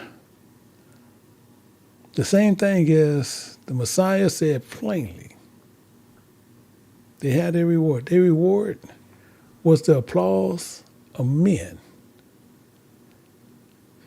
The applause of men was their reward. The reward is the sand of reputation. See, that's the sand of calculation. Turns every gift into the transactional act of generosity into a business deal. Pour it out, giving secrets, let Jehovah be your only audience when you're doing something like that. He need to be the only one knowing.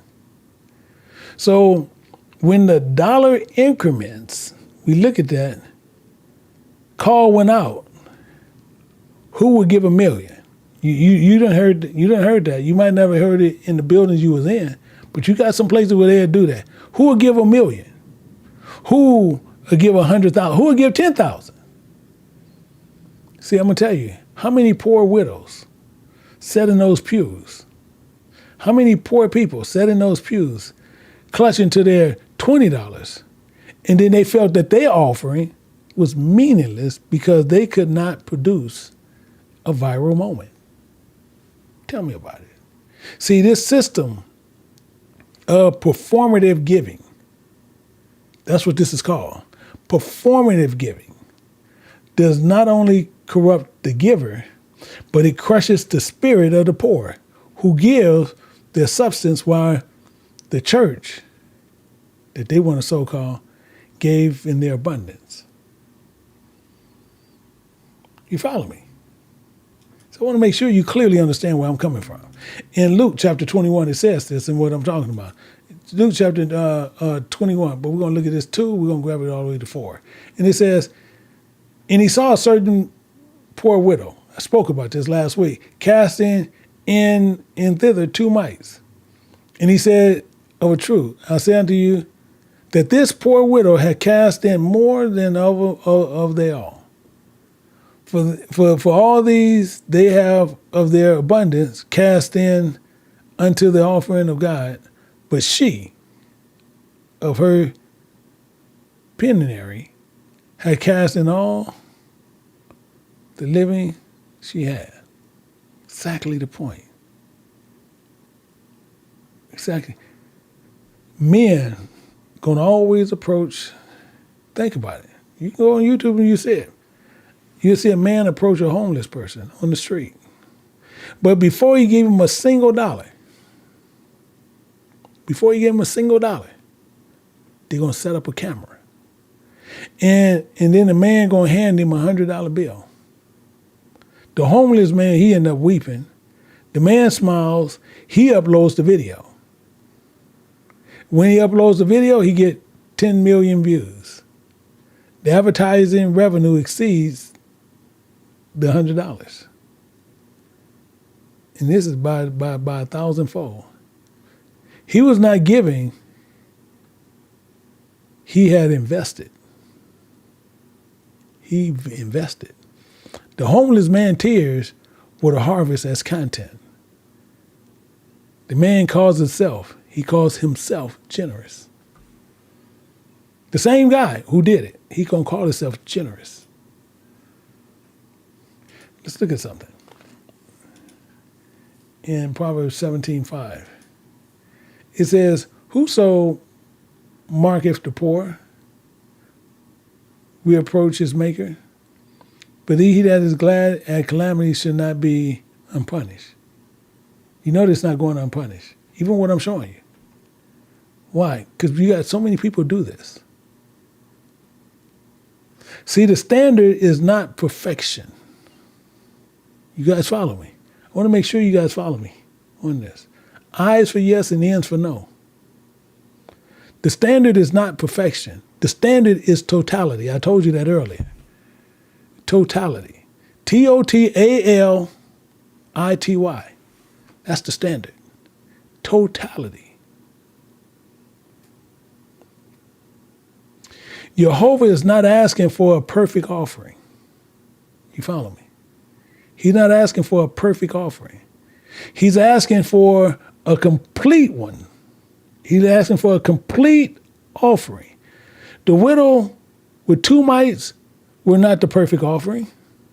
That wasn't the perfect offering. They were a total offering. You follow me?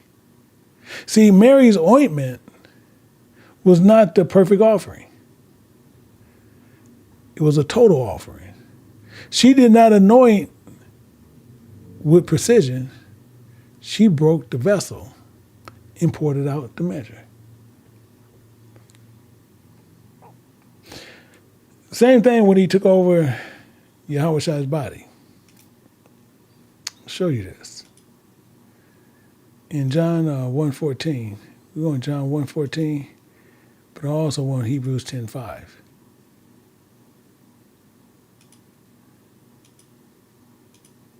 Says this. It says, the Word was made flesh and dwelt among us, and we beheld his glory, and the glory of the only begotten of the Father, full of grace and truth. People mess this up. Wherefore, when he cometh into the world, he said, sacrifice or offering thou wouldest not, but a body thou hast prepared me. John 1:14 and Hebrews 10:5. But I want you to hear this mystery of this pattern that I'm showing you. I'm going to show you the mystery of this pattern. In the same pattern in which Jehovah created the heaven and the earth, is the same pattern in which he redeems the soul.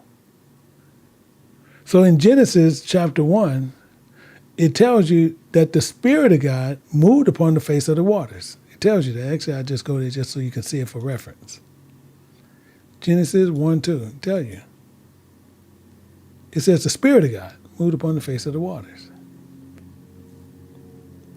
And the word was spoken, and was spoken came forth. And Jehovah looked upon and said, it was very good, and the Spirit moved, was directed. That tells you in 31. The vessel obeyed, and the results was very good. So we know all that. All that we should know. So when we're looking at everything, understand it.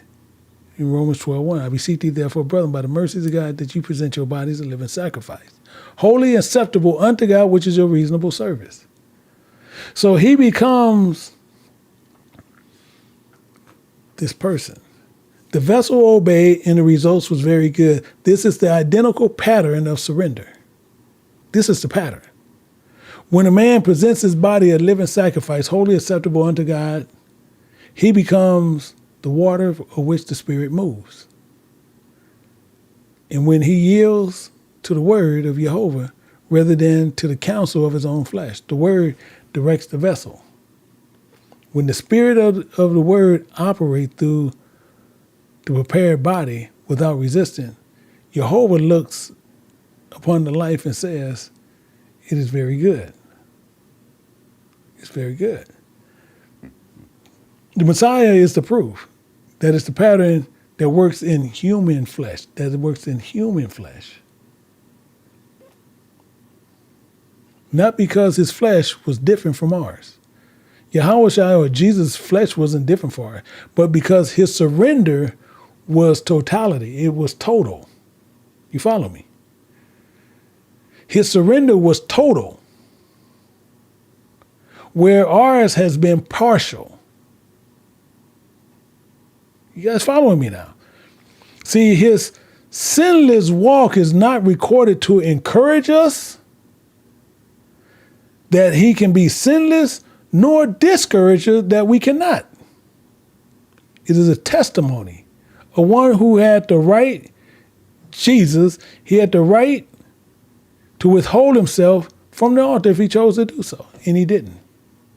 But he did this, and we're going to look at verse 7 in Hebrews chapter 10, verse 7. He says, then said I, lo, I come in the volume of the book. It is written of me to do thy will, O God. Lo, I come. Lo, I come. In that moment, the waters submitted to the Spirit. At that moment, the waters submitted to the Spirit. The vessel yielded to the word. The offering became very good. That's where that happened. This is where the merchant stood at the crossroad and gave bread to every traveler who passed by. Think about it. When you got a traveler stand and give bread to every traveler who passed by, and the travelers praised him. But I want you to think about something. It's a blind man that came to the crossroads, one whom no traveler could see, one who could neither praise nor tell. And when the merchant seen it, he passed by him, for his bread was not given for the sake of hunger. You keep that in mind. His bread was not given for the sake of hunger. It was given for the sake of being seen to give. The blind man was never seen as something like that. The blind man was the only one who understood the merchant's jar. The only one. He was the only one the merchant would not give to. You find the place where your generosity ends. You find where your generosity ends, you'll find the wall where your self-interest begins. Who is blind? Who is the blind man at your crossroads? Who is he? Who is the person in your life whom you have passed by because helping him, you will gain nothing? That person is Jehovah himself is disguised. Yeah. Let's look at something. In Matthew 25:40. It says, the king shall answer and say unto you, verily I say unto you, insomuch ye have done it unto one of the least of my brethren, ye have done it unto me. You got some, they get into this water of convenience. Remember that? Remember that? Water of convenience. That's supposed to be in the jar of faithfulness. Remember that? I want to put up two. We're going to look at this remembrance of law in Deuteronomy chapter 7 and 9. And I also want to put up Jeremiah 2:13. Because I want to show you something. See, because we got this water of convenience. Water of convenience that flows only downhill. These are the ones who take the path of least resistance. It is the devotion that evaporates in the heat of trial. In the commitment of those have no roots because it was planted in the shallow soil of comfort. That's why I got this up here.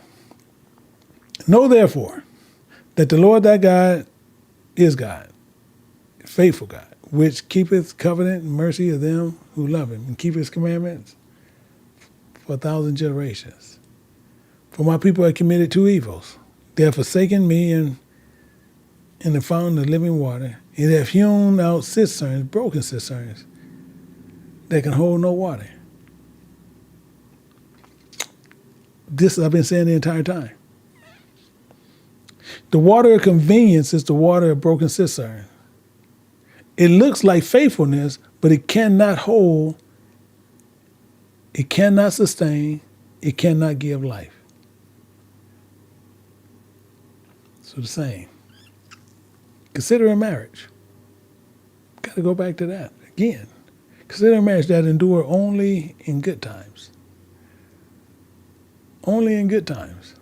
I want you to even consider a friendship that dissolves at the first offense. The first offense, boom, it's done. Man, why you ain't part of my burger? We ain't friends no more. Man, that dude ate some of my fries. Who told him to eat my fries?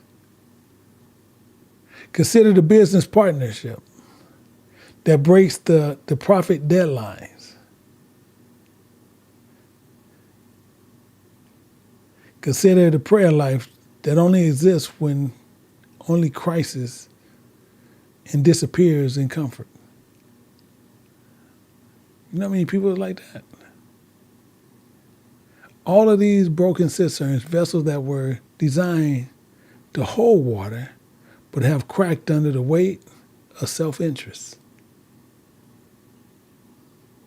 The water is either commitment seeps into the dust and then it's gone. Why? Can't no man serve two masters. I showed you that earlier. I'm going to go right back to it. Can't no man serve two masters. And that's Matthew 6:24. Either you're going to hate one, you're going to love the other, or you're going to hold the one and despise the other. You can't serve God and mammon. Can't hold to that in flesh. A man is faithful to his wife when they're in the same city. Have you ever thought about that? But then you have, when he travels for work, his faithfulness dissolves like water poured in the sand. Same as a faithful woman, that she'll go into this assembly that's pleasant, but when the word cuts against her flesh, she'll say this is a hard saying. Actually, I'm going to show it to you, because you'll see they even get into this. 2 Timothy chapter 4 and verse 3, it says that. It says, a time will come where they will not endure sound doctrine, and after their own lusts, that they heap themselves teachers, having itching ears. That's part of the issue. The young person professes faith among believers. You have a man who writes a letter of loyalty unto a king. I want you to think about something. He writes this letter to the king.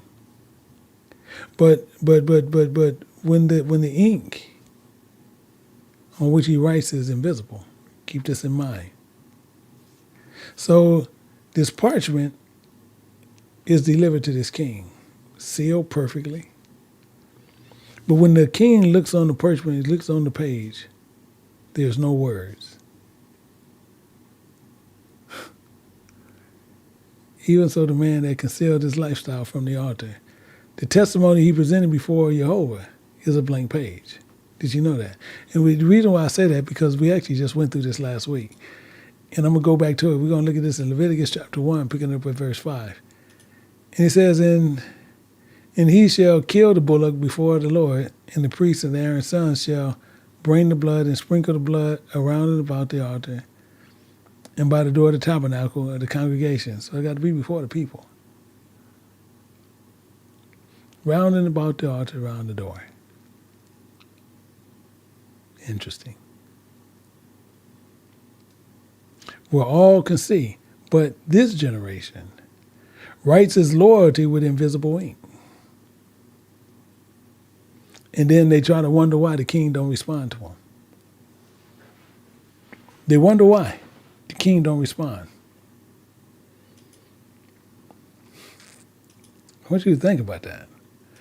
In Deuteronomy chapter 7, picking up at verse 9, it says, "Now therefore, that the Lord thy God is God, a faithful God, which keepeth the covenant," because they ain't keeping it, "in the mercy of them which do love him, which love him and keep his commandments for 1,000 generations."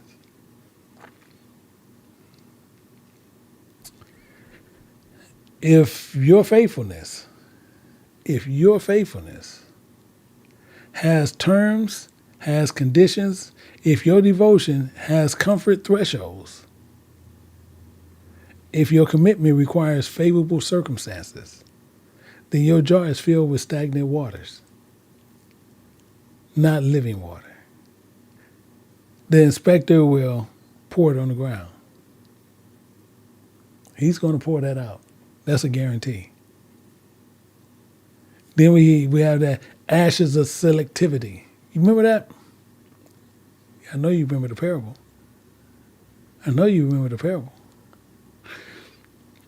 See, the ashes of selectivity.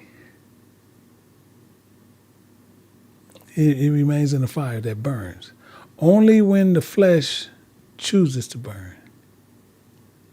The Spirit says, "I will obey this commandment, but not that one." I'm going to obey this, but I ain't obeying that one. As though Jehovah were the buffet, which you can choose what portion you want, what portion you don't want. This is one of the most prevalent ones. Works of the flesh in our congregation. Men attend the Sabbath lessons. They're going to do this. Men and women alike. Faithfully. But they refuse to deal with this brother. The woman to keep the Sabbath, but immediately gossips on Sunday through Friday. The leader preaches holiness from the pulpit, but practice cruelty in his home. They have burned the statues that were comfortable and buried the statues that burned against their desires. Tell me about it. And they're going to call this obedience. See, the law, what we got to do is remember something. The law of burnt offerings. We're going to go back over there. We're going to go back to Leviticus 1:9. It says, "But his inward parts and his legs shall he wash with water, and the priest shall burn all on the altar to be a burnt sacrifice, an offering made by fire of sweet Savior unto the Lord." Said this. This was clear. So he said burn all, complete, whole. Not the commandment will agree with you. The statutes that cost you nothing. He said all of it. So I want to show you something to make sure we understand where he's coming from. In James chapter 2:10, I want to show you what's happening here. It says, "And whosoever shall keep the whole law, and yet offend one point, he is guilty of all." He's guilty of all. Think about it. Selectivity, obedience. It's the same strange fire that Nadab and Abihu did. Same strange fire. Selectivity. Nadab and Abihu, sons of Aaron, took either of them his censer and put fire thereon in the incense, and they offered strange fire. Strange fire. And the same thing is what I try to get people to really understand. It says this in 1 Samuel, but I really try to get people to understand this. And for some reason, they still don't get it. In 1 Samuel chapter 15, look at verse 22. And actually, I'm going to grab 23. It says, "How the Lord has great delight in burnt offerings and sacrifices, comparing in obeying the voice of the Lord." Which one is it?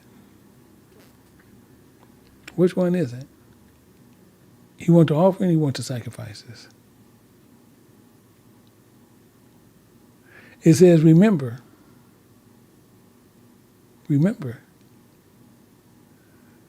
To obey is better than sacrifice, and to hearken than that of fatted ram. So it's better to pay attention to his voice than to do anything. For rebellion is comparing the sin of witchcraft, and the stubbornness is as comparing iniquity and idolatry, because thou hast rejected the word of the Lord. He has also rejected thee from being king.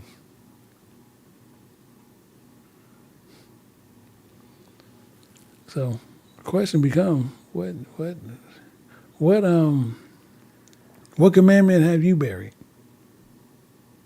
What statute have you set aside because it burned against your desire? Burned against commandments in your ashes jar of obedience. See, the inspector does not count the commandments you keep.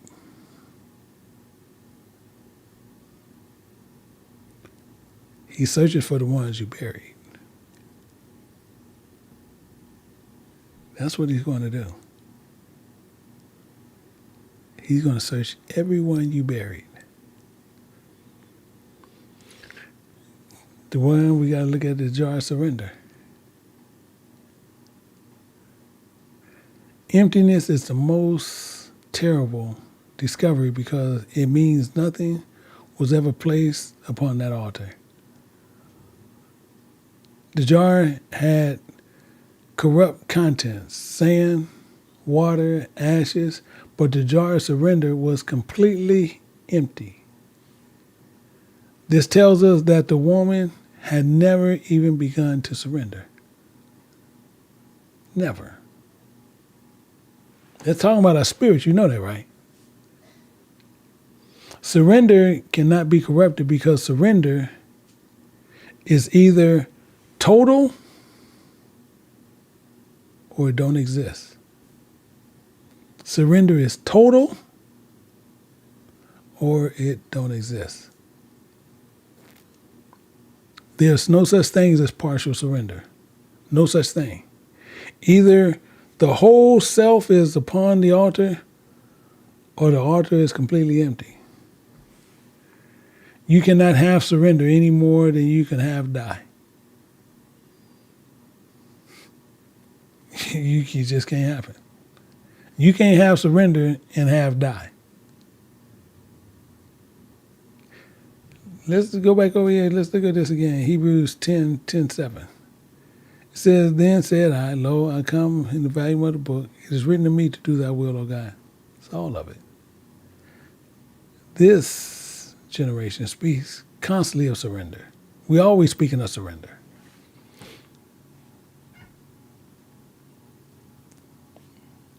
It is in the sermons, it's in the messages, it's in the captions beneath the photograph. People always got to put their little 2 cents in there.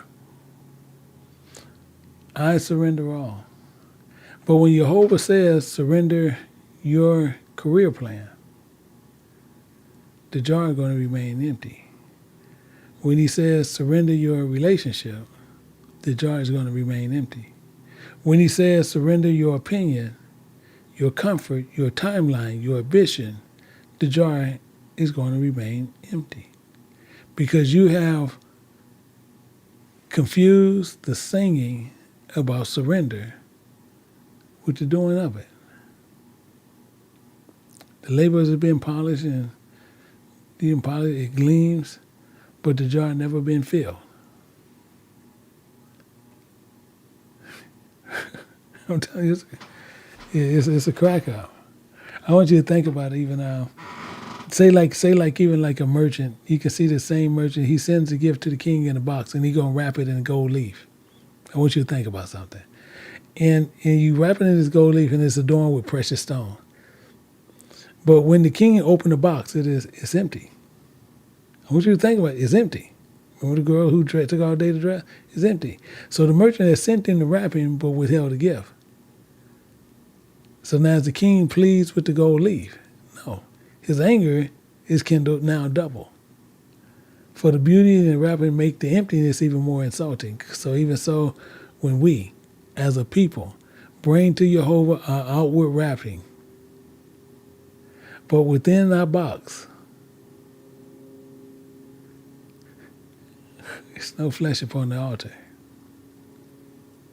Then the beauty of our worship make the emptiness of surrender just more of an abomination. So the standard, again, it's not perfection. The standard is not perfection. And most people going to keep forgetting the standard is totality.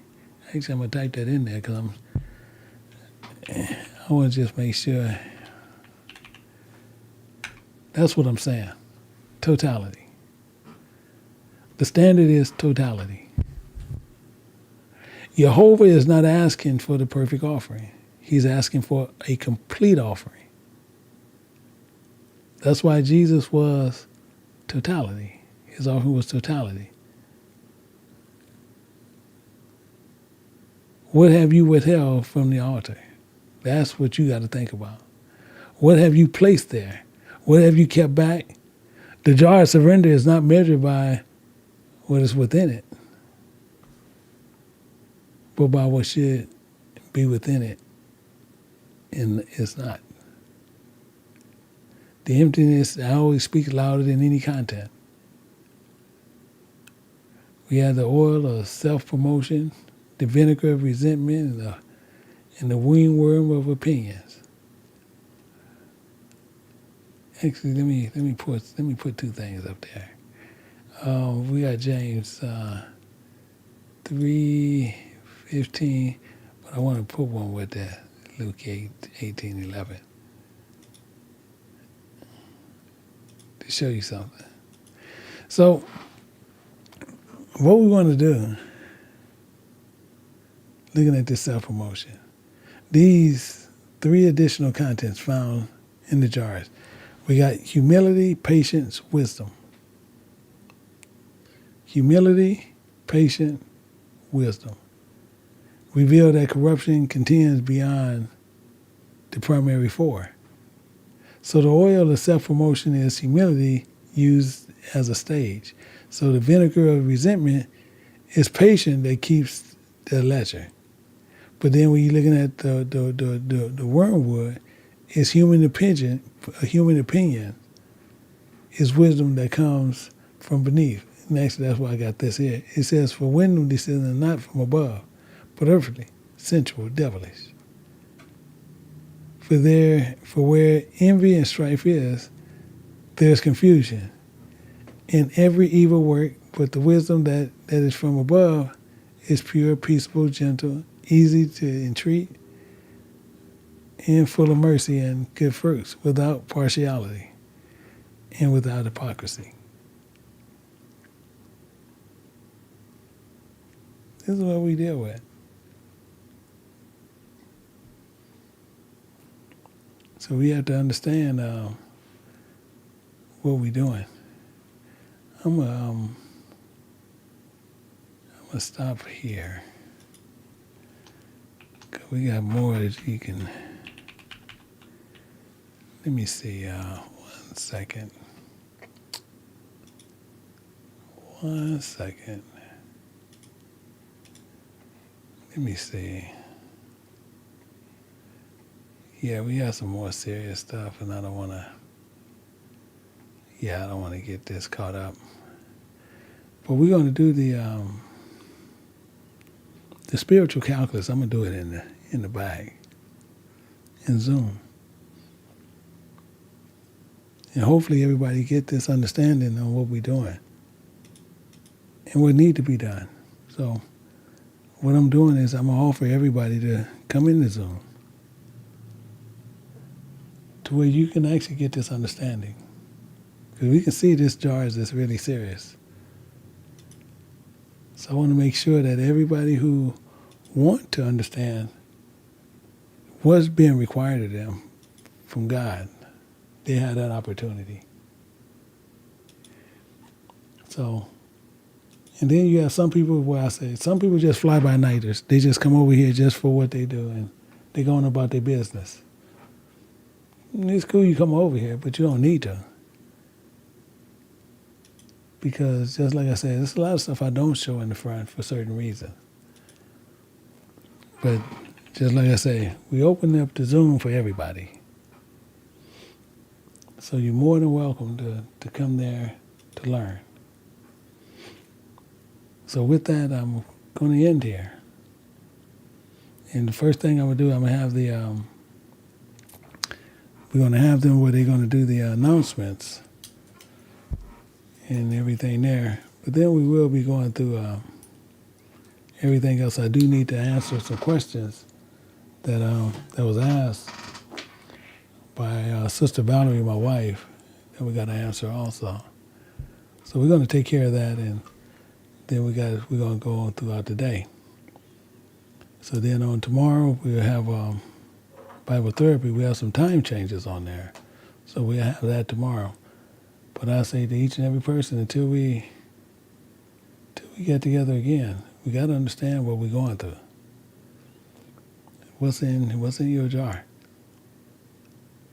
What is in your jar? That's the big one. So with that, I say until we meet again, to each and every person, shalom.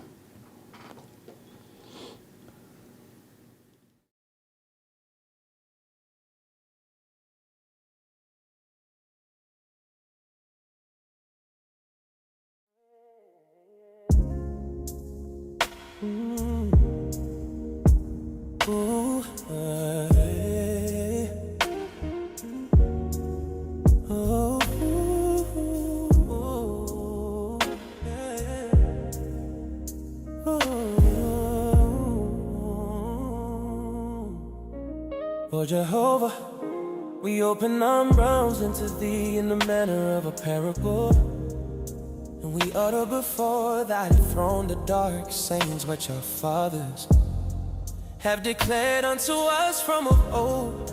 For thou art the same, Yahweh, who spoke in the beginning, and thy word went forth as a wind upon the face of the deep. And Jehovah moved upon the waters, and all that is was brought forth by the authority of thy command. We give thee thanksgiving, O Father, for thou hast established the Sabbath as thy seal upon creation, even as a man setteth his seal upon a covenant, that it might not be broken. In 6 days Jehovah labored, fashioning the heavens as a vessel upon the wheel of the potter, stretching forth the firmament as a curtain, and filling the earth with every manner of seed and creature according to their kind. And on the seventh day thou didst rest. Hear now the dark speech of this thanksgiving, as the woman in the similitude setteth her jars upon the shelf, and each jar beareth the label declaring what lieth within. So haste thou, O Jehovah, set the Sabbath among the days, and written upon it thy name. The label upon the seventh day reads rest, and holiness, and delight, and convocation. For these are the contents which thou hast placed therein from the foundation of the world. No man may alter what thou hast written, for thy seal secureth the vessel, and thy mark confirmeth the contents. The gratitude of the vessel. We thank thee, oh Yahweh, that thou hast not hidden the Sabbath from those who seek thee, as thou spakest unto Moses, saying, remember the day of rest, to keep it holy, so do we remember. For the Sabbath is not a burden laid upon the backs of thy servants, but a gift poured out from heaven. Even as the manna fell in its appointed season, that Israel might know that Jehovah provideth the Sabbath is thy vessel of provision, wherein thou hast stored up peace for the weary and strength for the feeble, and wisdom for those who sit at thy feet. We utter this dark saying in thy presence, as the earth was without form and void before thy spirit moved, so are we without the Sabbath, empty vessels bearing no label, jars with no contents, bodies with no rest. But when the seventh day cometh, and we cease from our own labors, as thou didst cease from thine, and are we filled again, then is the label upon our vessel confirmed, for we carry within us the rest of Jehovah. The holiness of the set apart day, the delight of the holy convocation. Oh Father, we thank thee that thou hast allowed us to experience this day which proceeds from creation itself. For the Sabbath is not a day which man invented, nor a custom which the nations established. It was spoken into being by the authority of Yahweh before ever a law was written upon tablets of stone. It existed in the garden before transgression entered, and it shall endure when all things are made new. The Sabbath is the first seal thou didst set upon thy word, the first wrath thou didst declare holy, and the first appointed time thou didst give unto the children of men. The closing of the dark speech, therefore we bow before thee, O Jehovah, uttering our thanksgiving as a parable written upon the heart, as no woman kneweth every jar upon her shelf, and the label agreeth with the contents, and the lid is secure, and the seal is unbroken. So let it be with us on thy Sabbath. Let the label of holiness upon us agree with the holiness within us. Let the rest which thou hast commanded be the same rest we carry in our vessels. Let us not be jars marked with one name, but filled with another substance. Let our Sabbath keeping be true, from the inside unto the outside, from the content unto the label, from the heart